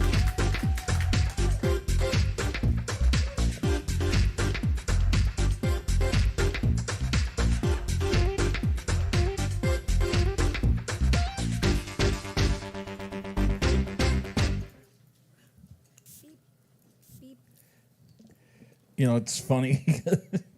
Let's hear it for Riley Pena.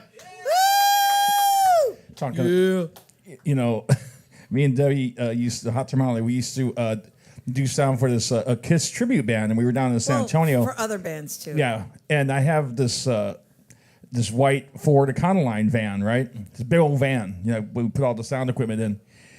And and we would joke that we were going to call on the side, because we didn't really have a company name. We just basically look like a pedo van. Yeah, and so I said, yeah, we're going to put on the side 2 beaners in a van. And the drummer was white, and he goes, "I'm not touching that." He just walks away. he literally, he was like, Nope. He just turned around and walked away. We're laughing our asses off. We're like, what? Truth in advertising. Anyway. I guess they are. You know. With the way you were describing the van, I could have sworn you're going to write something like Free Candy. Somebody did one time. We were doing. Remember that we were doing a gig, and somebody with like tape. They put free. They candy put free candy on the my side van. of our van. It I was was a like, big white van, you know. yeah, that's really fucking funny. It's a Let's take it off. 1990 van, so it was kind of old too. I thought it was hilarious that Hot Tamale got mad. Needless to say, we didn't drive near schools. All right, Lost of Thought. Who is coming up next? We've got another new voice. Another new voice. Let's hear it for RC.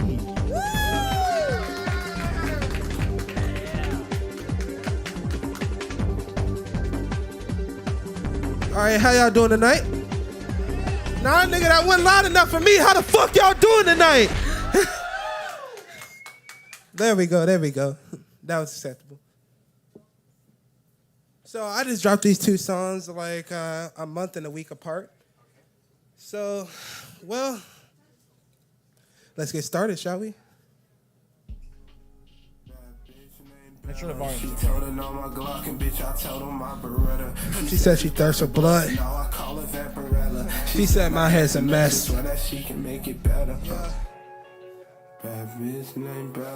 told her no my Glock and bitch I told her my Beretta. She said she thirsts for blood, so now I call her Vampirella. She said my head's a mess and swear that she can make it better. Vampirella, I swear she's interstellar. I look into her eyes, another lie I cannot tell her. And even if I have to, bitch, I spit this acapella. She's not fucking with no dogs, her nickname Cruella. Everything in black and white, the type that shoots, the type that fights, the type that even when we fuck, she tell me turn on all the lights. Hey, I even love it when she bites. She in my mind without a sight, so fuck with her, you die tonight. Yeah, a bad bitch named Bella. She told her on my Glock, bitch, I told her my Beretta. She said she thirsts for blood, so now I call her Vampirella. She said my head's a mess and swear that she can make it better. I swear she on my team like I'm Ash and she missed it. A gypsy, she kissed me, then say that she missed me. I find it so tempting. She sent me like whiskey. I hustle like Nipsey. This shit seems so risky. But she came home with me. We fucked till 9:50. I sent her home limping. I don't do no sipping. But for her, I shoot my Glock and Till the clip is fucking empty. Not a killer, but don't tip me. Squeeze the trigger, put it simply like a bad bitch named Bella. She told her no my Glock and bitch I told her my Beretta. she thirsts for blood, so now I The Vampirella. my head's a mess and swear that she can make it better. She gon' fuck your head up tight to set up, get you wet up. She's my VAMPRE to every fucking letter. This a 40, not a Glock. She hold my Glock, not a Beretta. I'm that guy that give no fucks. I call her V for my Vendetta. Swear she hypnotizing me. I can't keep it together. Living niggas too fast, I'm bored. And light as a Feather. So I'm I'm gonna say this one more time. I call her Vampirella. She told the Glock, not a Beretta. Hey. bad bitch named Bella. She told her on my Glock and bitch I told her my Beretta. She said she thirsts for blood, so now I call her Vampirella. She said my head's a mess and swear that she can make it better. Swear to God she hypnotizing. Got this feeling I can't hide it. Said she love me, can't deny it. Sees the bull, tries to bite it. Caught her body, doesn't hide it. Sees the bomb, decides to light it. Type of bitch to start a riot. High as fuck, just like a pilot. She like violence, get you silenced. All she want is fucking blood, like she on the fucking diet. She like blood, she say it's science. Take a life and she's not biased. Pussy wet just like beside her. I roll my ops in fucking woods, but she the one who fucking light it. Bad bitch named Bella. She told it on my Glock and bitch I told her my Beretta. She said she thirsts for blood, so now I call her Vampirella. She said my head's a mess and swear that she can make it better. All right, so what y'all think about that one? All right, for the next one, I want y'all phones out. That nigga phone lights on. Can we do that real quick? Can we get that situated? Can we get that situated? Come on.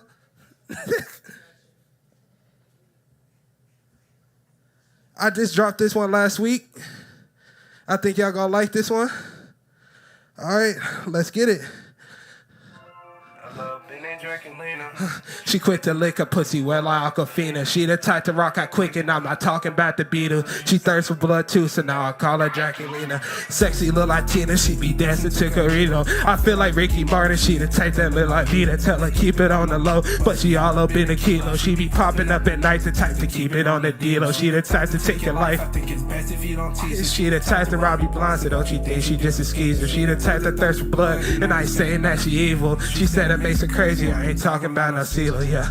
Yeah, she scheming tight Tight to pop out like a demon, catch a body with no reason. Got a body, now she teasing. She the type to hunt you down. give a fuck about the season. She gon' say it's cheap to keep her. She gon' make you think you need her. And that look inside her eyes to send you round and bet you hiding through a bullet. I'm a body, way she moving, hypnotizing. All she care about is violence. Another talking sounded Tyson. Another broad who start a riot. Take a light, say fuck the bias like A little Benny Draculina, huh? She quit to lick her pussy wet like Aquafina. She the type to rock out quick, and I'm not talking about the Beatles. She thirsts for blood too, so now I call her Draculina.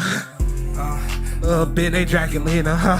She quit to lick her pussy wet like Aquafina. She the type to rock out quick, and I'm not talking about the Beatles. She thirsts for blood too, so now I call her Draculina. She a demon like a kid. I'm the person who gon' slay her. She want your soul, yeah, she an eater. All she thinking about is murder. She gon' kill for a bill. And I'm not talking Tarantino. Pump gas, no brakes, and I'm not talking Gran Torino. The way she throwing ass, I wanna get up in her Genos. The way she throw it back, make a nigga wanna spaz, wanna get up in her ass. My homie say I'm stupid, said he met her on the drag. And if you fuck with her, you need to know you need a bag. If you can get with that, she might pop it like a tag. Or maybe have your bag, told her don't be playing games. Can we hit that fog? He said that I can get you waxed like a little Benny Draculina, She quit to lick her pussy wet like Aquafina. She the type to rock out quick, and I'm not talking about the Beatles. She thirsts for blood too, so now I call her Draculina. She said that she Yeah, demon, she my million moxie. When she sucking on that dick, gon' leave me stuck like epoxy. Swear that she my painkiller, when she pop it like oxy. She gon' blame me for your pain, I swear to God that she toxic. She gon' lie up on your name, I swear to God she a doxy. She be running back and forth and wanna kick it like soccer. I wanna fight for her love. Just like Audrey and Rocky, but all she want is gingerbread. I swear to God that she foxy like a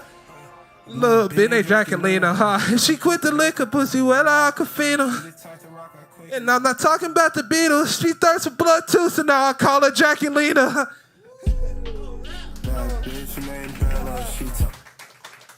Alright, that's it, guys. What y'all think? Alright, appreciate it.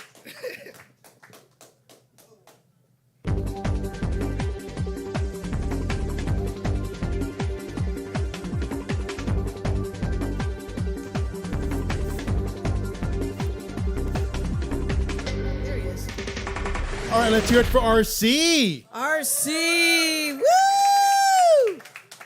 All right. Listen.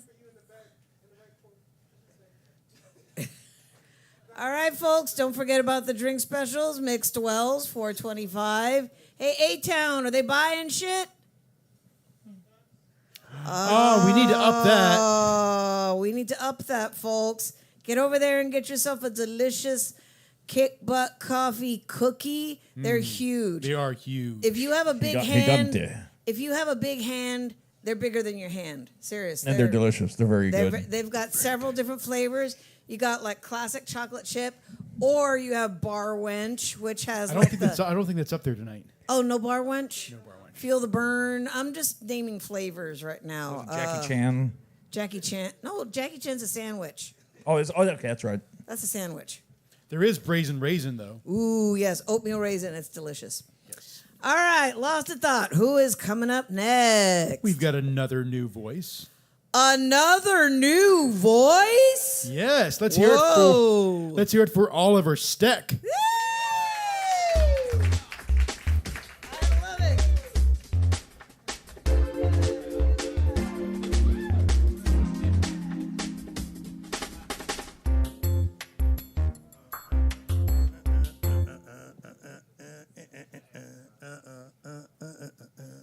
We could just keep that music on.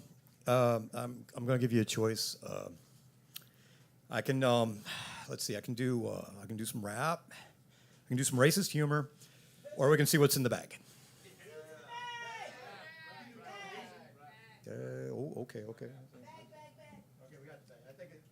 I think bag wins. All right. I'll give you. Is it three Little Caesars pizzas that I'm about to deliver in 30 minutes? All right.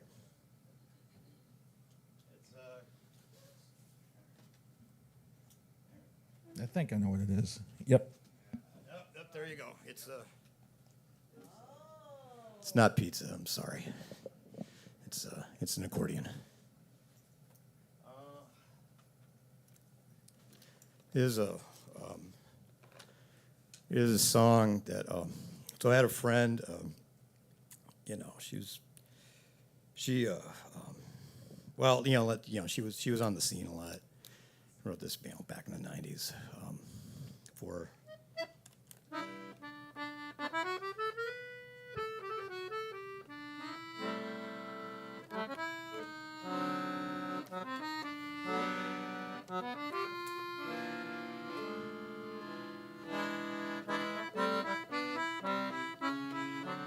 well, she'd only come out at night. She thought blood was all right, but it seemed like her life had become recondite. Jeez. My old friend, Jacquelina. She never wanted to stay at home. She liked to go and get on the phone, and she said she's tired of all this world that she lives. She actually had a part-time job working at Target. It paid the bills. And now she wants to be on TV, but she's got a problem. She can't come out during the day. She tried to learn night work, but the union really doesn't like doing night work on training. It's time and a half that way, and there was a lot of complications. She's Jacquelina. Yeah, she wanted to go back to sucking blood. It was a habit that she wanted to get out of because, there was a lot that she was doing. But now, she just wants to be recognized for the vampire she is. She's Jacquelina. Jacquelina. She wants to live her life a little cleaner. She wants to stop being so mean. Oh, man. She wants to just try and have a nice, simple lifestyle. Maybe a house in the suburbs if she can get out of her part-time job at Target and maybe start to be a CPA or maybe even executive chief officer over at IBM. I mean, there's a lot of them after all.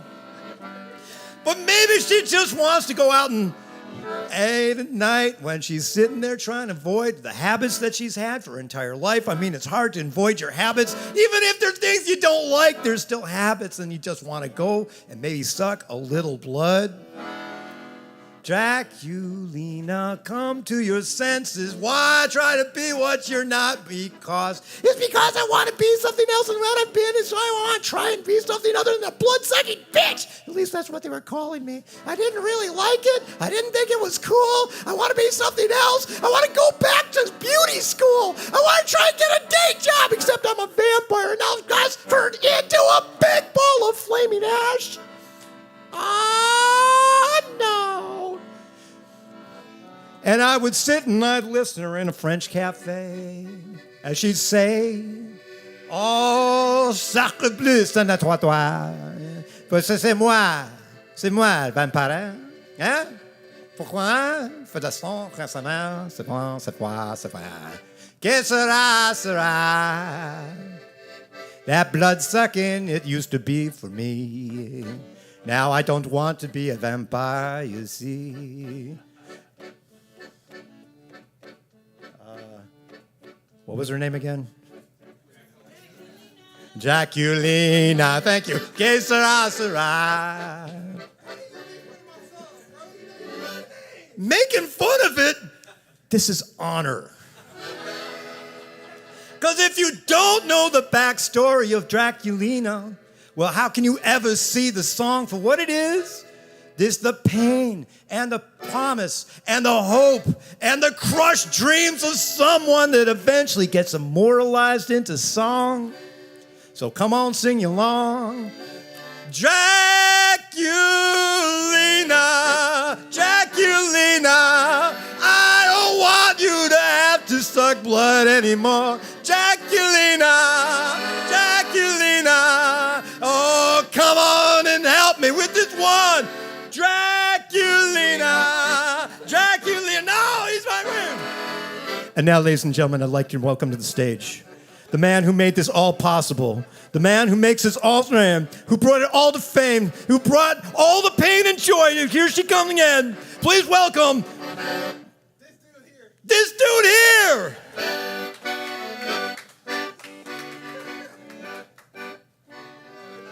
We're sorry to regret to inform you that this dude here cannot be appearing on the stage tonight because, well, he's just decided to just sit his ass right down and just watch the show instead, which we totally understand. Where was I?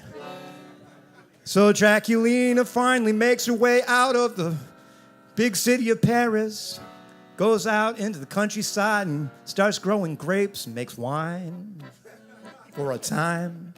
You know, she's 623 years old. I mean, she's a freaking vampire. She's done a whole lot. And when you start thinking that she's super hot and all those moves that she's got, well, she learned them over time, my friends. Draculina, can you see? I'm just a mortal who wants to be in love with the immortal and the hopelessly and eternally unhappy. When you go to suck blood of my friends and my kin, when you go to take humanity and just do them in, when you think that there's nothing left but to be immortalized and rap by a song. Well, it may not be wrong, but still I would like to say, Draculina, what makes you this way? Draculina. That's it. Is that it? I mean, I can make it faster. Do I got? You can do another. You can do another. All right, a little more. Okay, let's see. Well, let's see. What so far we've got My Pants is a Waterfall. Anything else? Freebird, Pants is a Waterfall, Born to be Wild. No, it doesn't have to be songs. Just whatever comes to mind, really. Stereo. Roses on Fire on the Mirror. Pants is a Waterfall, Freebird. I'm gonna just Roses on Fire on a Mirror. Bacon. Oh, that's always a great thing to put on anything. Style of music. Polka. Key. You're too late. It's already come. I'll try and keep it in mind. It's like being waitlisted. But we'll try and get. What was that key? E sharp. Otherwise known as F. Major, minor, or wow, get technical about it. Major. Thank you. It's a polka. I mean, I really appreciate that. All right. We'll try and make this quick. Thank you for coming to Kickbutt Coffee on Super Bowl weekend!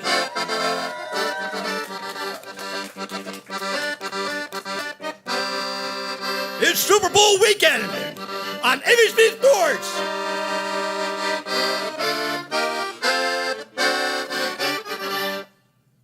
That's the ABC Sports theme. I'm sorry. Okay, so there you go. Go football. All right. There we go. Right, where were we? Right.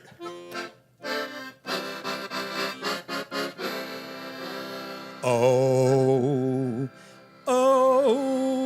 everybody. Oh, what a great way to start a polka song. My pants are a waterfall right now. It's going down and down. It's cascading down my leg, and now I'm gonna drown. That's the way it is. I feel like it's whoop. I guess I gotta say, well, what the heck? That's just my biz. Well, I'm gonna see things that I've never seen. I'm gonna put the burning roses on the mirror right now. The mirror is on fire with the roses that I'm burning, and I feel like it's time for by and by. It's a free love.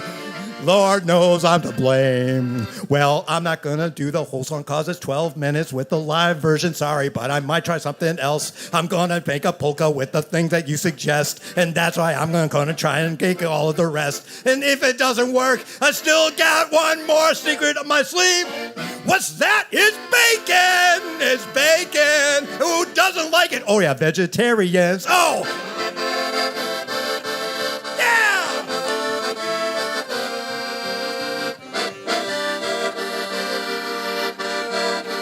Dribble, dribble, dribble, dribble. Look at her, it goes, it's down my leg, and now it's on my shoe, and everybody starts to stare. Guess I should get a towel or maybe just go find a shower. I guess it's time to go. Da da da da da da da da da da da da. Hoppa! Thank you for coming to Kick Butt Coffee. My name's Oliver. I'm going to get off the stage.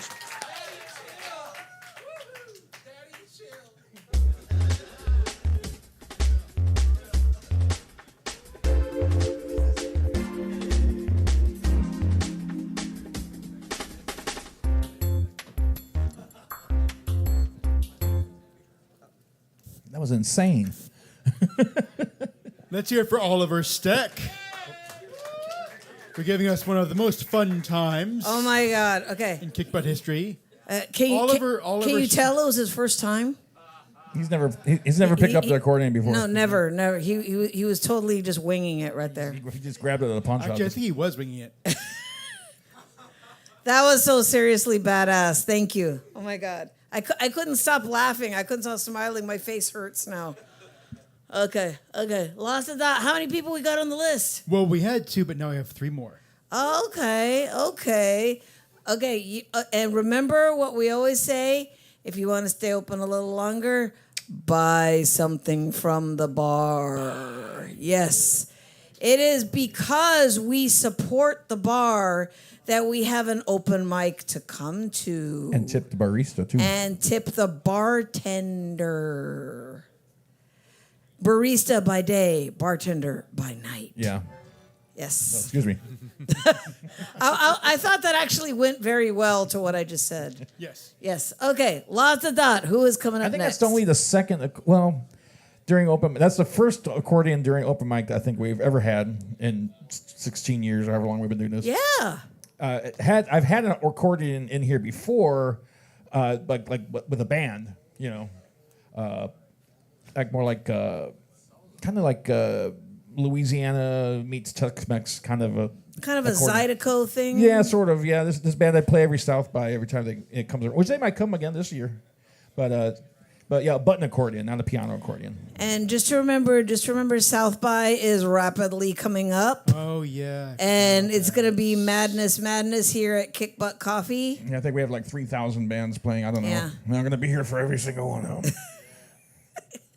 Well, Ernie, that's why you make the mega bucks. That's what I why do. you make that's why you do what you do. Looks like I pay off those mega bills I have with the there you guitars go. and the stuff I've been buying. Yep. All right, lost of thought. Who's coming up next? Well, returning to our stage. Returning? Yes, let's hear it for Raz.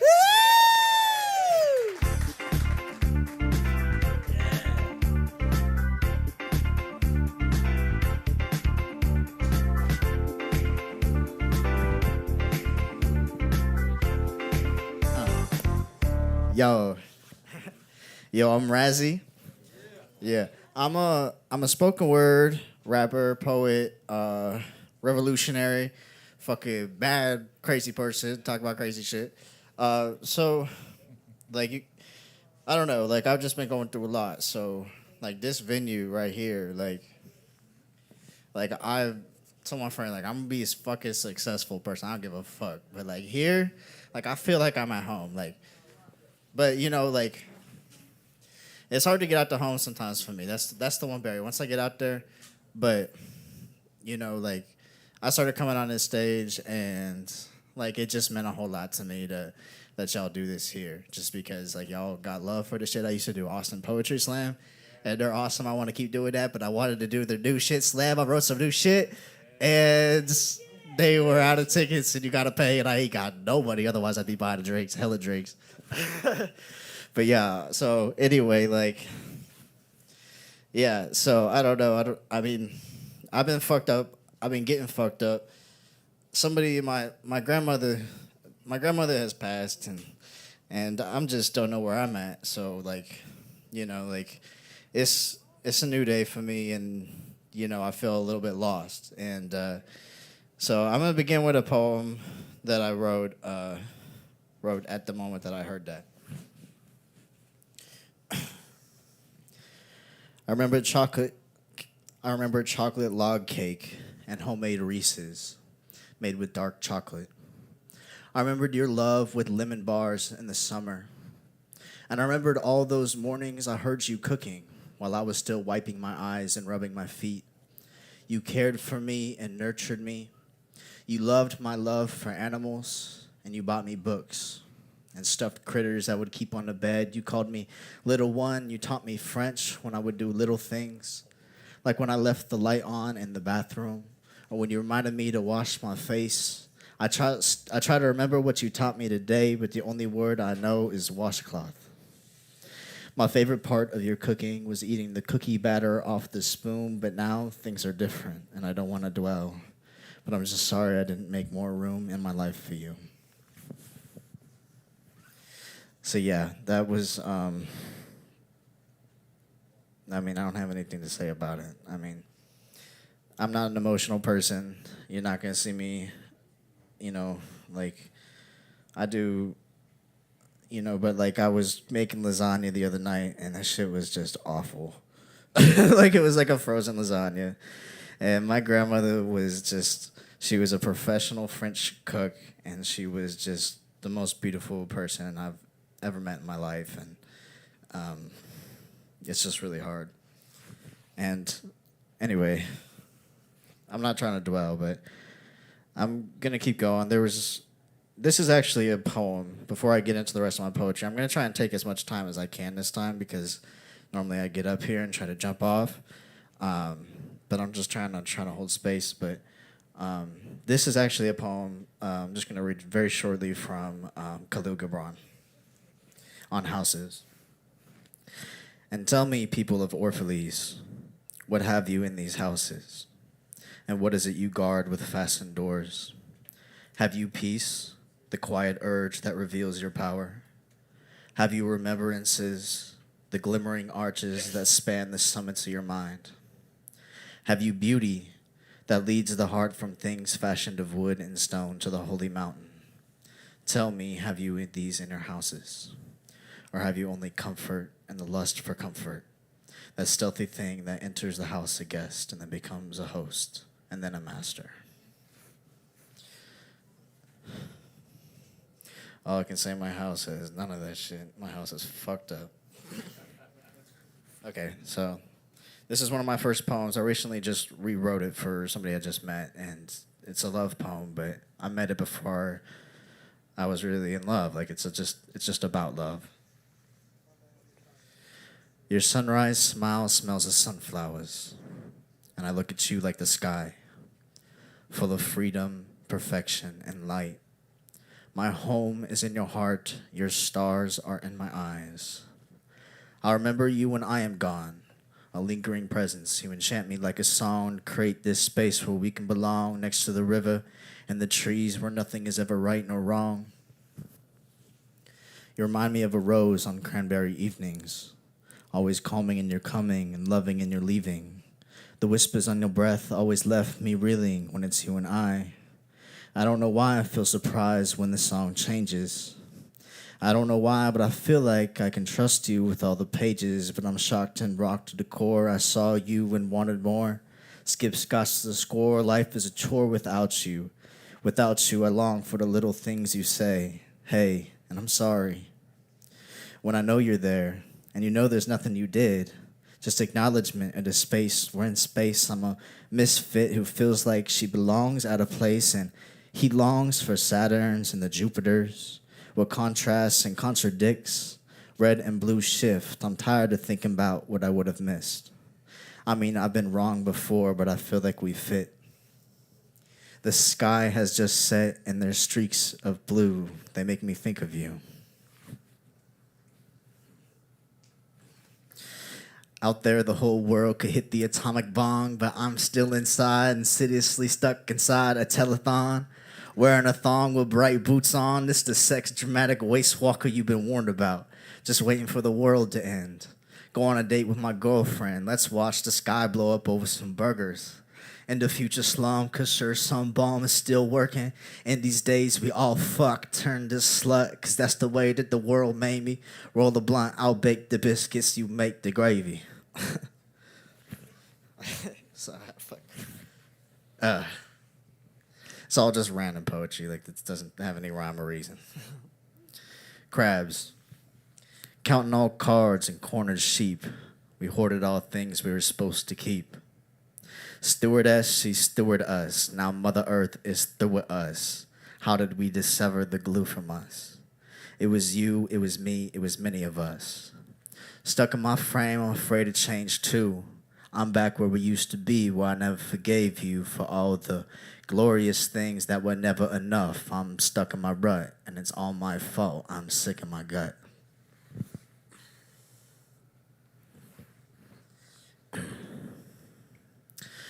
Outrageous when I write on the pages. Venomous, but I'm a cool snake. I wish I could dialogue with him in dreams or like a fugue state. Foolish, I'ma let you know. Ghoulish, but predictable, like a metronome. I'ma tell the truth like always, but not always suitable for all ages. See, I would have been killed about the womb. First grew in a petri dish, cause my siblings all took root in fallopian tube. Dopest in school, I learned the teachers something they ain't new, like you ain't new. Rapping, I'm on my jewel. Who knows who, but it ain't you. You probably front, I'ma probably stunt proudly. If you hate me, want me to shut up, I'ma show up, pay up the bounty. I've been on since county. Texas, we on some wild shit, townie. Take a sit. I know you miss my shit, but you ain't shit. I ain't miss. I see shit, but I can't trip. I'm far out, I'm far out the way. Listen up, cause I got to say, and I got the jaws, so I'll make the law. Court is now in session, I'm tired of y'all. Y'all can't mess with, I can't stress it enough. I'ma hit it standing up, they can't stand it. Watch where you standing, I can bring damage. You know you ain't managed. I can see the future, I can read the cards. We was fighting in the yards, all for the cause. They don't understand the message, they were going to the guards. I ain't gotta give anybody my confession. I be going to the God. Peace and blessings with my lesson. Pray for pain and shame the lesson, but I ain't question. Break it down into sections. Secure my block, the place where I'm hot. Can't tell me nothing cause I know what I got. Oh, yeah. You feel that? You feel that shit? Hell yeah. All right. You might need to heal from mental manipulation, but it takes dedication. You can live in truth and undo this situation. Lies they tell you. Out of sight takes action. If you're compassionate, they see you suffering and it gives them satisfaction. Don't let it happen. I'm that vine that thrived neglected, but we all need connection. I'm here for you, no question or separation. Lethea, yeah, reveal the truth by having conversation. This is for my fucking friend that fucking ditched me. I want to be a safe harbor, a place to go in the storm. A look in my eye when all I find is destruction, systemic dysfunction. And I believe that death will come for me eventually. For now, I'm desperately trying to find something I could save. Wish I could go on to good times and sun rays. But I'm so lost and under the waves. Not guilty in my case, but I'm ashamed. The things that they did to you and me, but your shadow is amazing. You're a singularity on the astral plane. You went into a hole that was super massive and super tragic. Bad things happen. I know the sky is dark and the world's insane, but I'm sensitive, so I see more that you say. Just don't give up hope. You can take up your space. I'll see you go. I will see you grow from the other side of this telescope. Can I do one more? Okay. I am sorry. All right, that's all I got anyway. I got more. Yeah. My name is Razzie. You can find me on Instagram, RazzieRocks79. Thank you.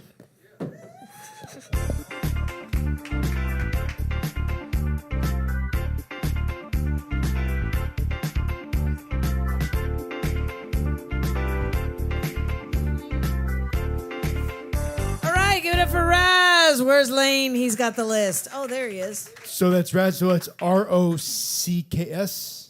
Rocks. Razzie Rocks. Razzie Rocks, RAZZY, ROCKS 79. Okay. Nice. Let's hear it for Raz. Woo!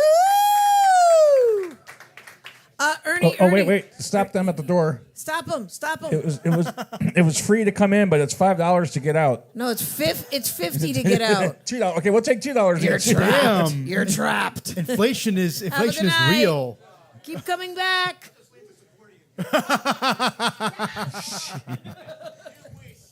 I would. Those things are expensive. I used to sell those when I worked at the music store. I swear, when he said Lawrence Welk, I was like, Myron Florin. I worked with him one time. He's like the Yngwie Malmsteen of accordions. Incredibly talented. I don't think he's around anymore, but I worked with him at a festival. Myron Florin. Grooviness. Huh? It was a piano or accordion. I know that. I can't remember what brand. You It worked was on years it? ago. You worked on his accordion? Did you worked with him? Oh, okay. Cool. In Chicago or maybe That's where I'm you're from? Yeah, I did sound at a festival with him one time. Tore it up. He tore it up. Oh my God. Myron Florin rocks. Thanks for coming. You were amazing. Thank you. Oh my God. This has been a really cool night so far, but It we've has got a been. few more performers. We do. Lots of thought. Take it away. Do we have a new voice? No, we do have. I think we have a few new voices after him. After this. Okay, well, who's the next performer? Next up, let's hear it for Brian Dreyer.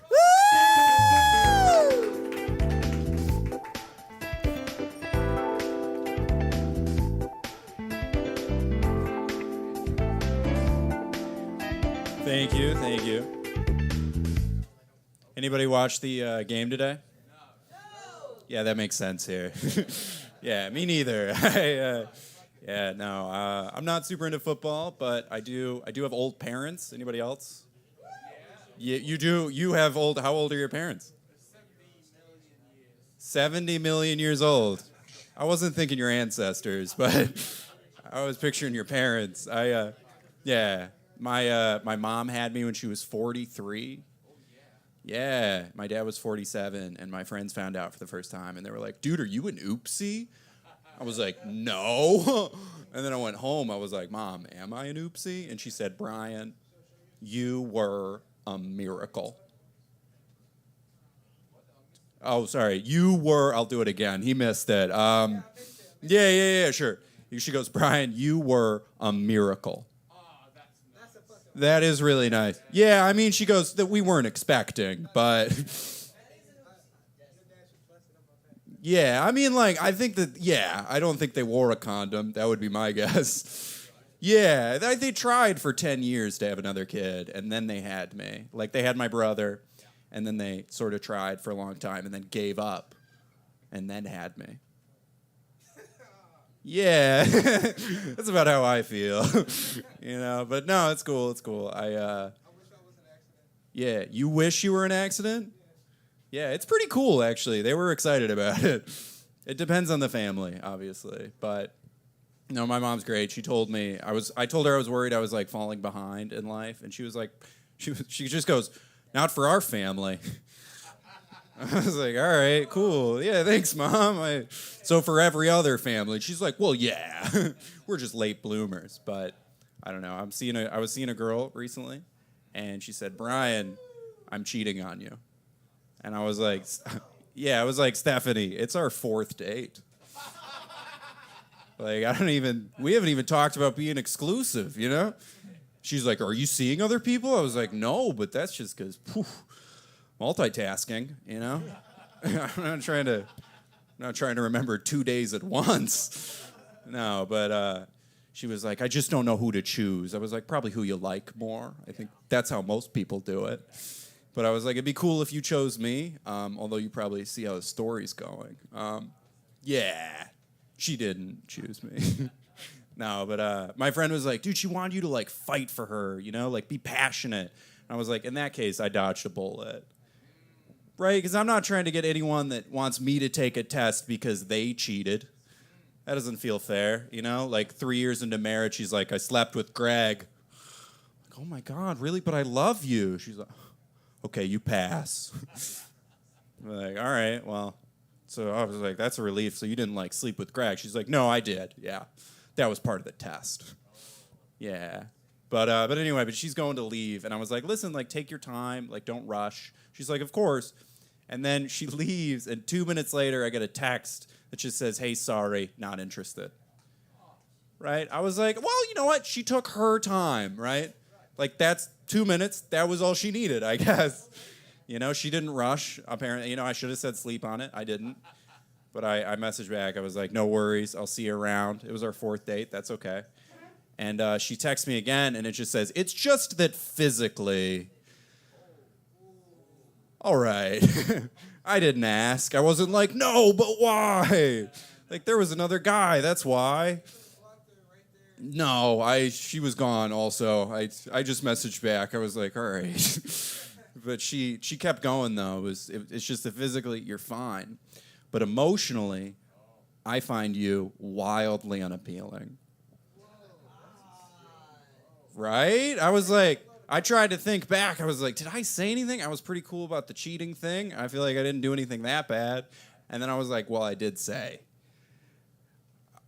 I may have said that I was like, hey, if it makes you feel any better, this is going to make great stand-up material. Yeah, she was like, that doesn't make me feel better at all. And it's kind of like, well, good thing you're not the one being cheated on, huh? Yeah. But that would be really emotionally unappealing, in my opinion. But I don't know. I'm not perfect, right? Like, you guys want to hear a terrible thing I said in a relationship? Sure. All right. Yeah. So we were 20 years old, and this girl, she was like, Brian, we'd been dating for a while. She was like, Brian, you're the love of my life. Well, I wasn't ready for it. And I was like, well, Mia, you are the love of my day. Which is bad. I'm not like, and I saved it, Like, it was not the best thing to say. Like, everyone I've ever told has been horrified, except for one dude that was like, well, bro, what time was it? Right? Like, that would have made the difference. Like, she just went like, oh. Well, all right. I guess that's okay. But anyway, yeah, I don't know. People are always curious, like, what happened, and like nothing much happened. It's just the relationship didn't last too many days after that. Yeah, I don't know. I don't know how to end that funnily. But thank you so much. I'm Brian Dreyer. You guys are great. Have a good night.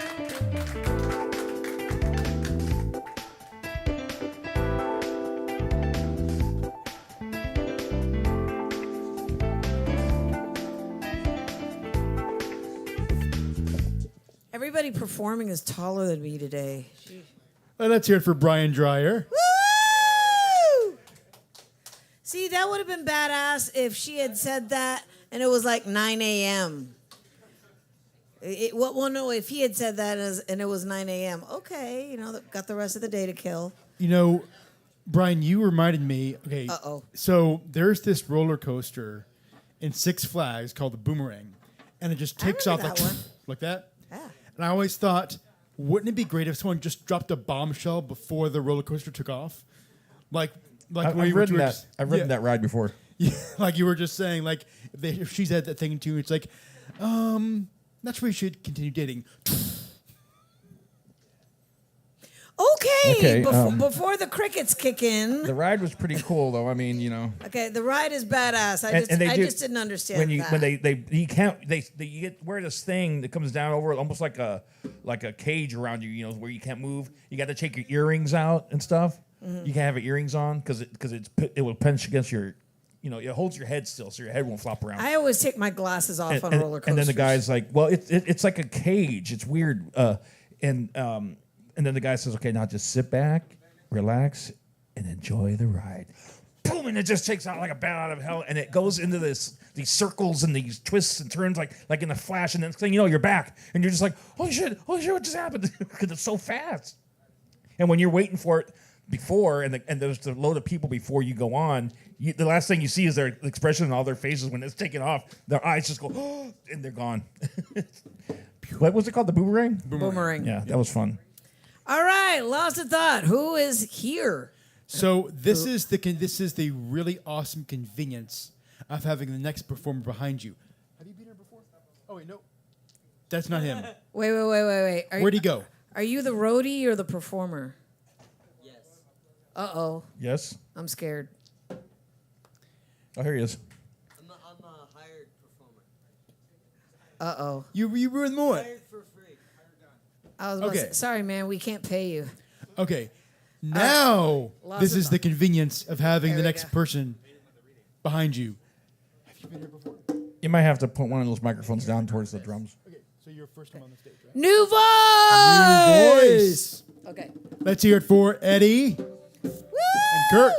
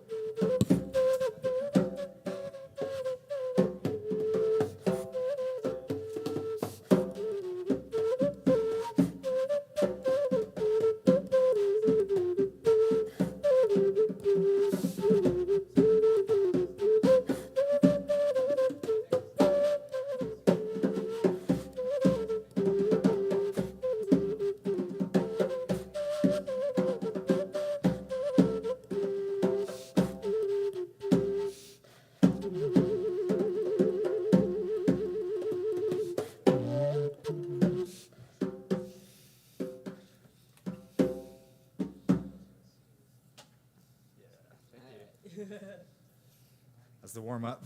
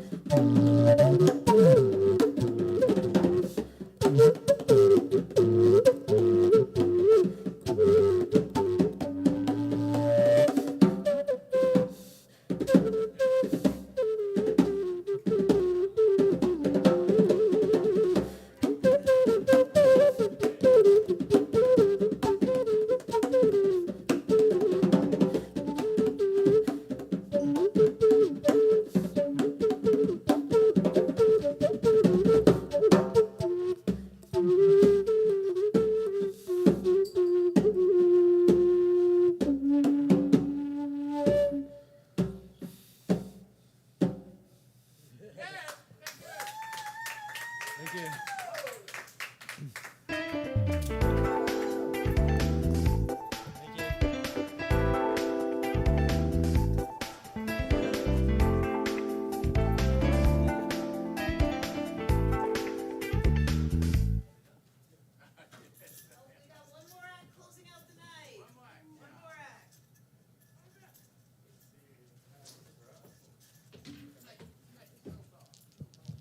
Yes, we've got one more act. Remember, the bar is still open.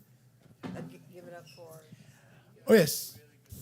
Give it up for Eddie and Kurt. But yes, remember the bar is still open. Still get a cookie to go. I was Or one feeling your attack of belly dancing coming on when I heard the drums, but on with the show. Yes. Who is closing out the night, Lost in Thought? Closing out the night. He has no idea. It's a surprise for him every One time. person left, and you can't remember that. He's Mr. Short-Term Memory. It's so true. I know. It's Cheyenne Burens.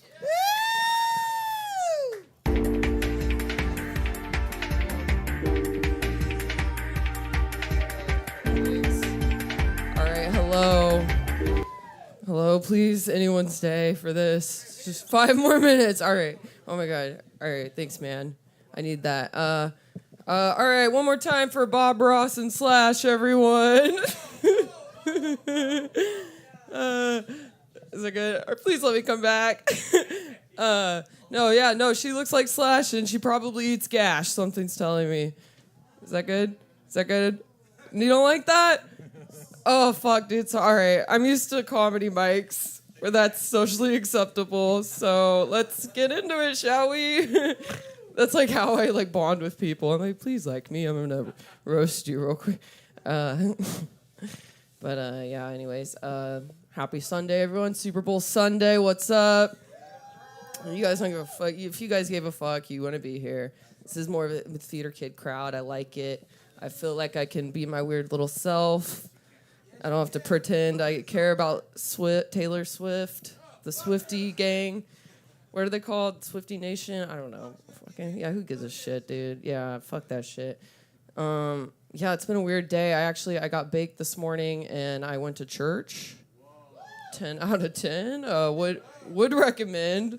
It was fun, guys. I think that's my new Sunday tradition. Start the week off on a high note. But yeah, it was cool. Like, it was my first time going to this church. I don't really go to church that much. But yeah, it started like 15 minutes late. The band kept fucking up. There was this smelly bum gatekeeping the coffee station. It was great. I'll be back next week. But yeah, I started going to church just to test my vocals out for karaoke. You know what I mean? It's a fun little joke, half joke. No, I'm actually I'm a bit of a born again Christian, but like not really. I'm not really like ready to hang it up yet. So I'm more of an in utero Christian. Like I just can't stop letting these black guys nut inside me. You know what I mean? What's up, player? I like your energy. Ever since I walked in, you were getting it with the accordion guy. I was like, this guy gets it. My soulmate over here. He's probably got a long horn too. Is it? Hey, on God, no cap. But yeah, so by day I'm a Bible thumper, by night I'm a Nubian semen pumper. What's up? Fuck with me. I appeal to all crowds, godless and godful. I'm fucking face full of cum. I don't know. That's all right. That was a little riff. That's how when I riff. It's usually about that caliber. All right. Talk to me later. We got this. But no, I actually like the church thing. Like I would say my favorite part of going to church is the worship part. Not because like I'm musically inclined or anything. But I just like blew my brain out on whippets. So the reading and listening component, I can't really do that. Yeah, dude, the wah-wobs. I know, I'm a little triggered. There's balloons everywhere. Whoa, what the fuck goes on at Kick Butt? That's why I'm like meticulously reading every word because I can't remember shit. It's like ruining my dreams. Talk about the most pathetic like addiction to have. There's nothing more juvenile than being like addicted to sucking nitrous. Like, and my voice is just stuck like this too. So, dude, I know. You know what? Okay, so my abusive ex-boyfriend, we still talk because I'm, not healthy mentally. But I told him because like he used to huff air duster when we would fight. So I told him like, oh yeah, I had never done anything like that. Like DARE really scared me in 6th grade because I thought if you huffed something, you were just gonna die. Like it would be like fentanyl, But yeah, so like I told him, I was like, yeah, I tried Whippets the first time and I kind of can't stop doing them. And I was like, it's like $60 a tank. He's like, dude, just switch to air duster. It's like way cheaper. It's basically the same thing. But he was an asshole about it. He's like, you know what? It makes me kind of happy that you're addicted to that because anyway, you know what? All right, we're getting sad. We're getting away from the jokes. Let's keep it upbeat. Anyways, back to church. Okay, it was cool though. Like there was a bunch of blind people in there. There was like several blind folk. And it was like there was a lot of blinds, there was a lot of bums, the usual Christian crowd. But it was like some like early days of Jesus shit. I don't know. I was vibing with it. I was like, okay, what's up? They like call themselves the weirdest church in Austin. Yeah, don't tell them I'm up here talking about. I want to go back. Okay, I live a double life. Don't let them know. But. All right. I gotta get off, guys. Thanks for listening to me. I'll be back. This was fun. You guys are fun.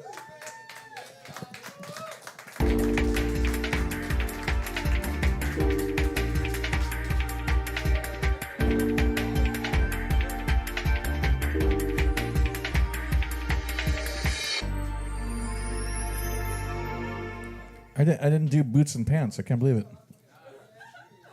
That's your fault. Let's hear it for Cheyenne Burens. Closing the night. Oh, for those of you who are interested, the Kansas City Chiefs won the Super Bowl. I don't give a shit. It just popped up on my phone, so. Yeah. Here, wait. Yay.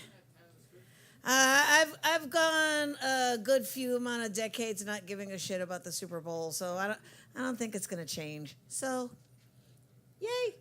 I know everyone's kind of like, wow. Okay, lost it. Like we've always said, this was an amazingly talent-filled night, as usual. Holy shit. Why are you frozen? Say something. Something. SSDD, same shit, different day. So he'll just mess with the mic stand for an hour. Yeah, he's just gonna fiddle with the mic stand until it breaks off or something. All right, Wilma. Yes, aren't you glad I'm back? No comment.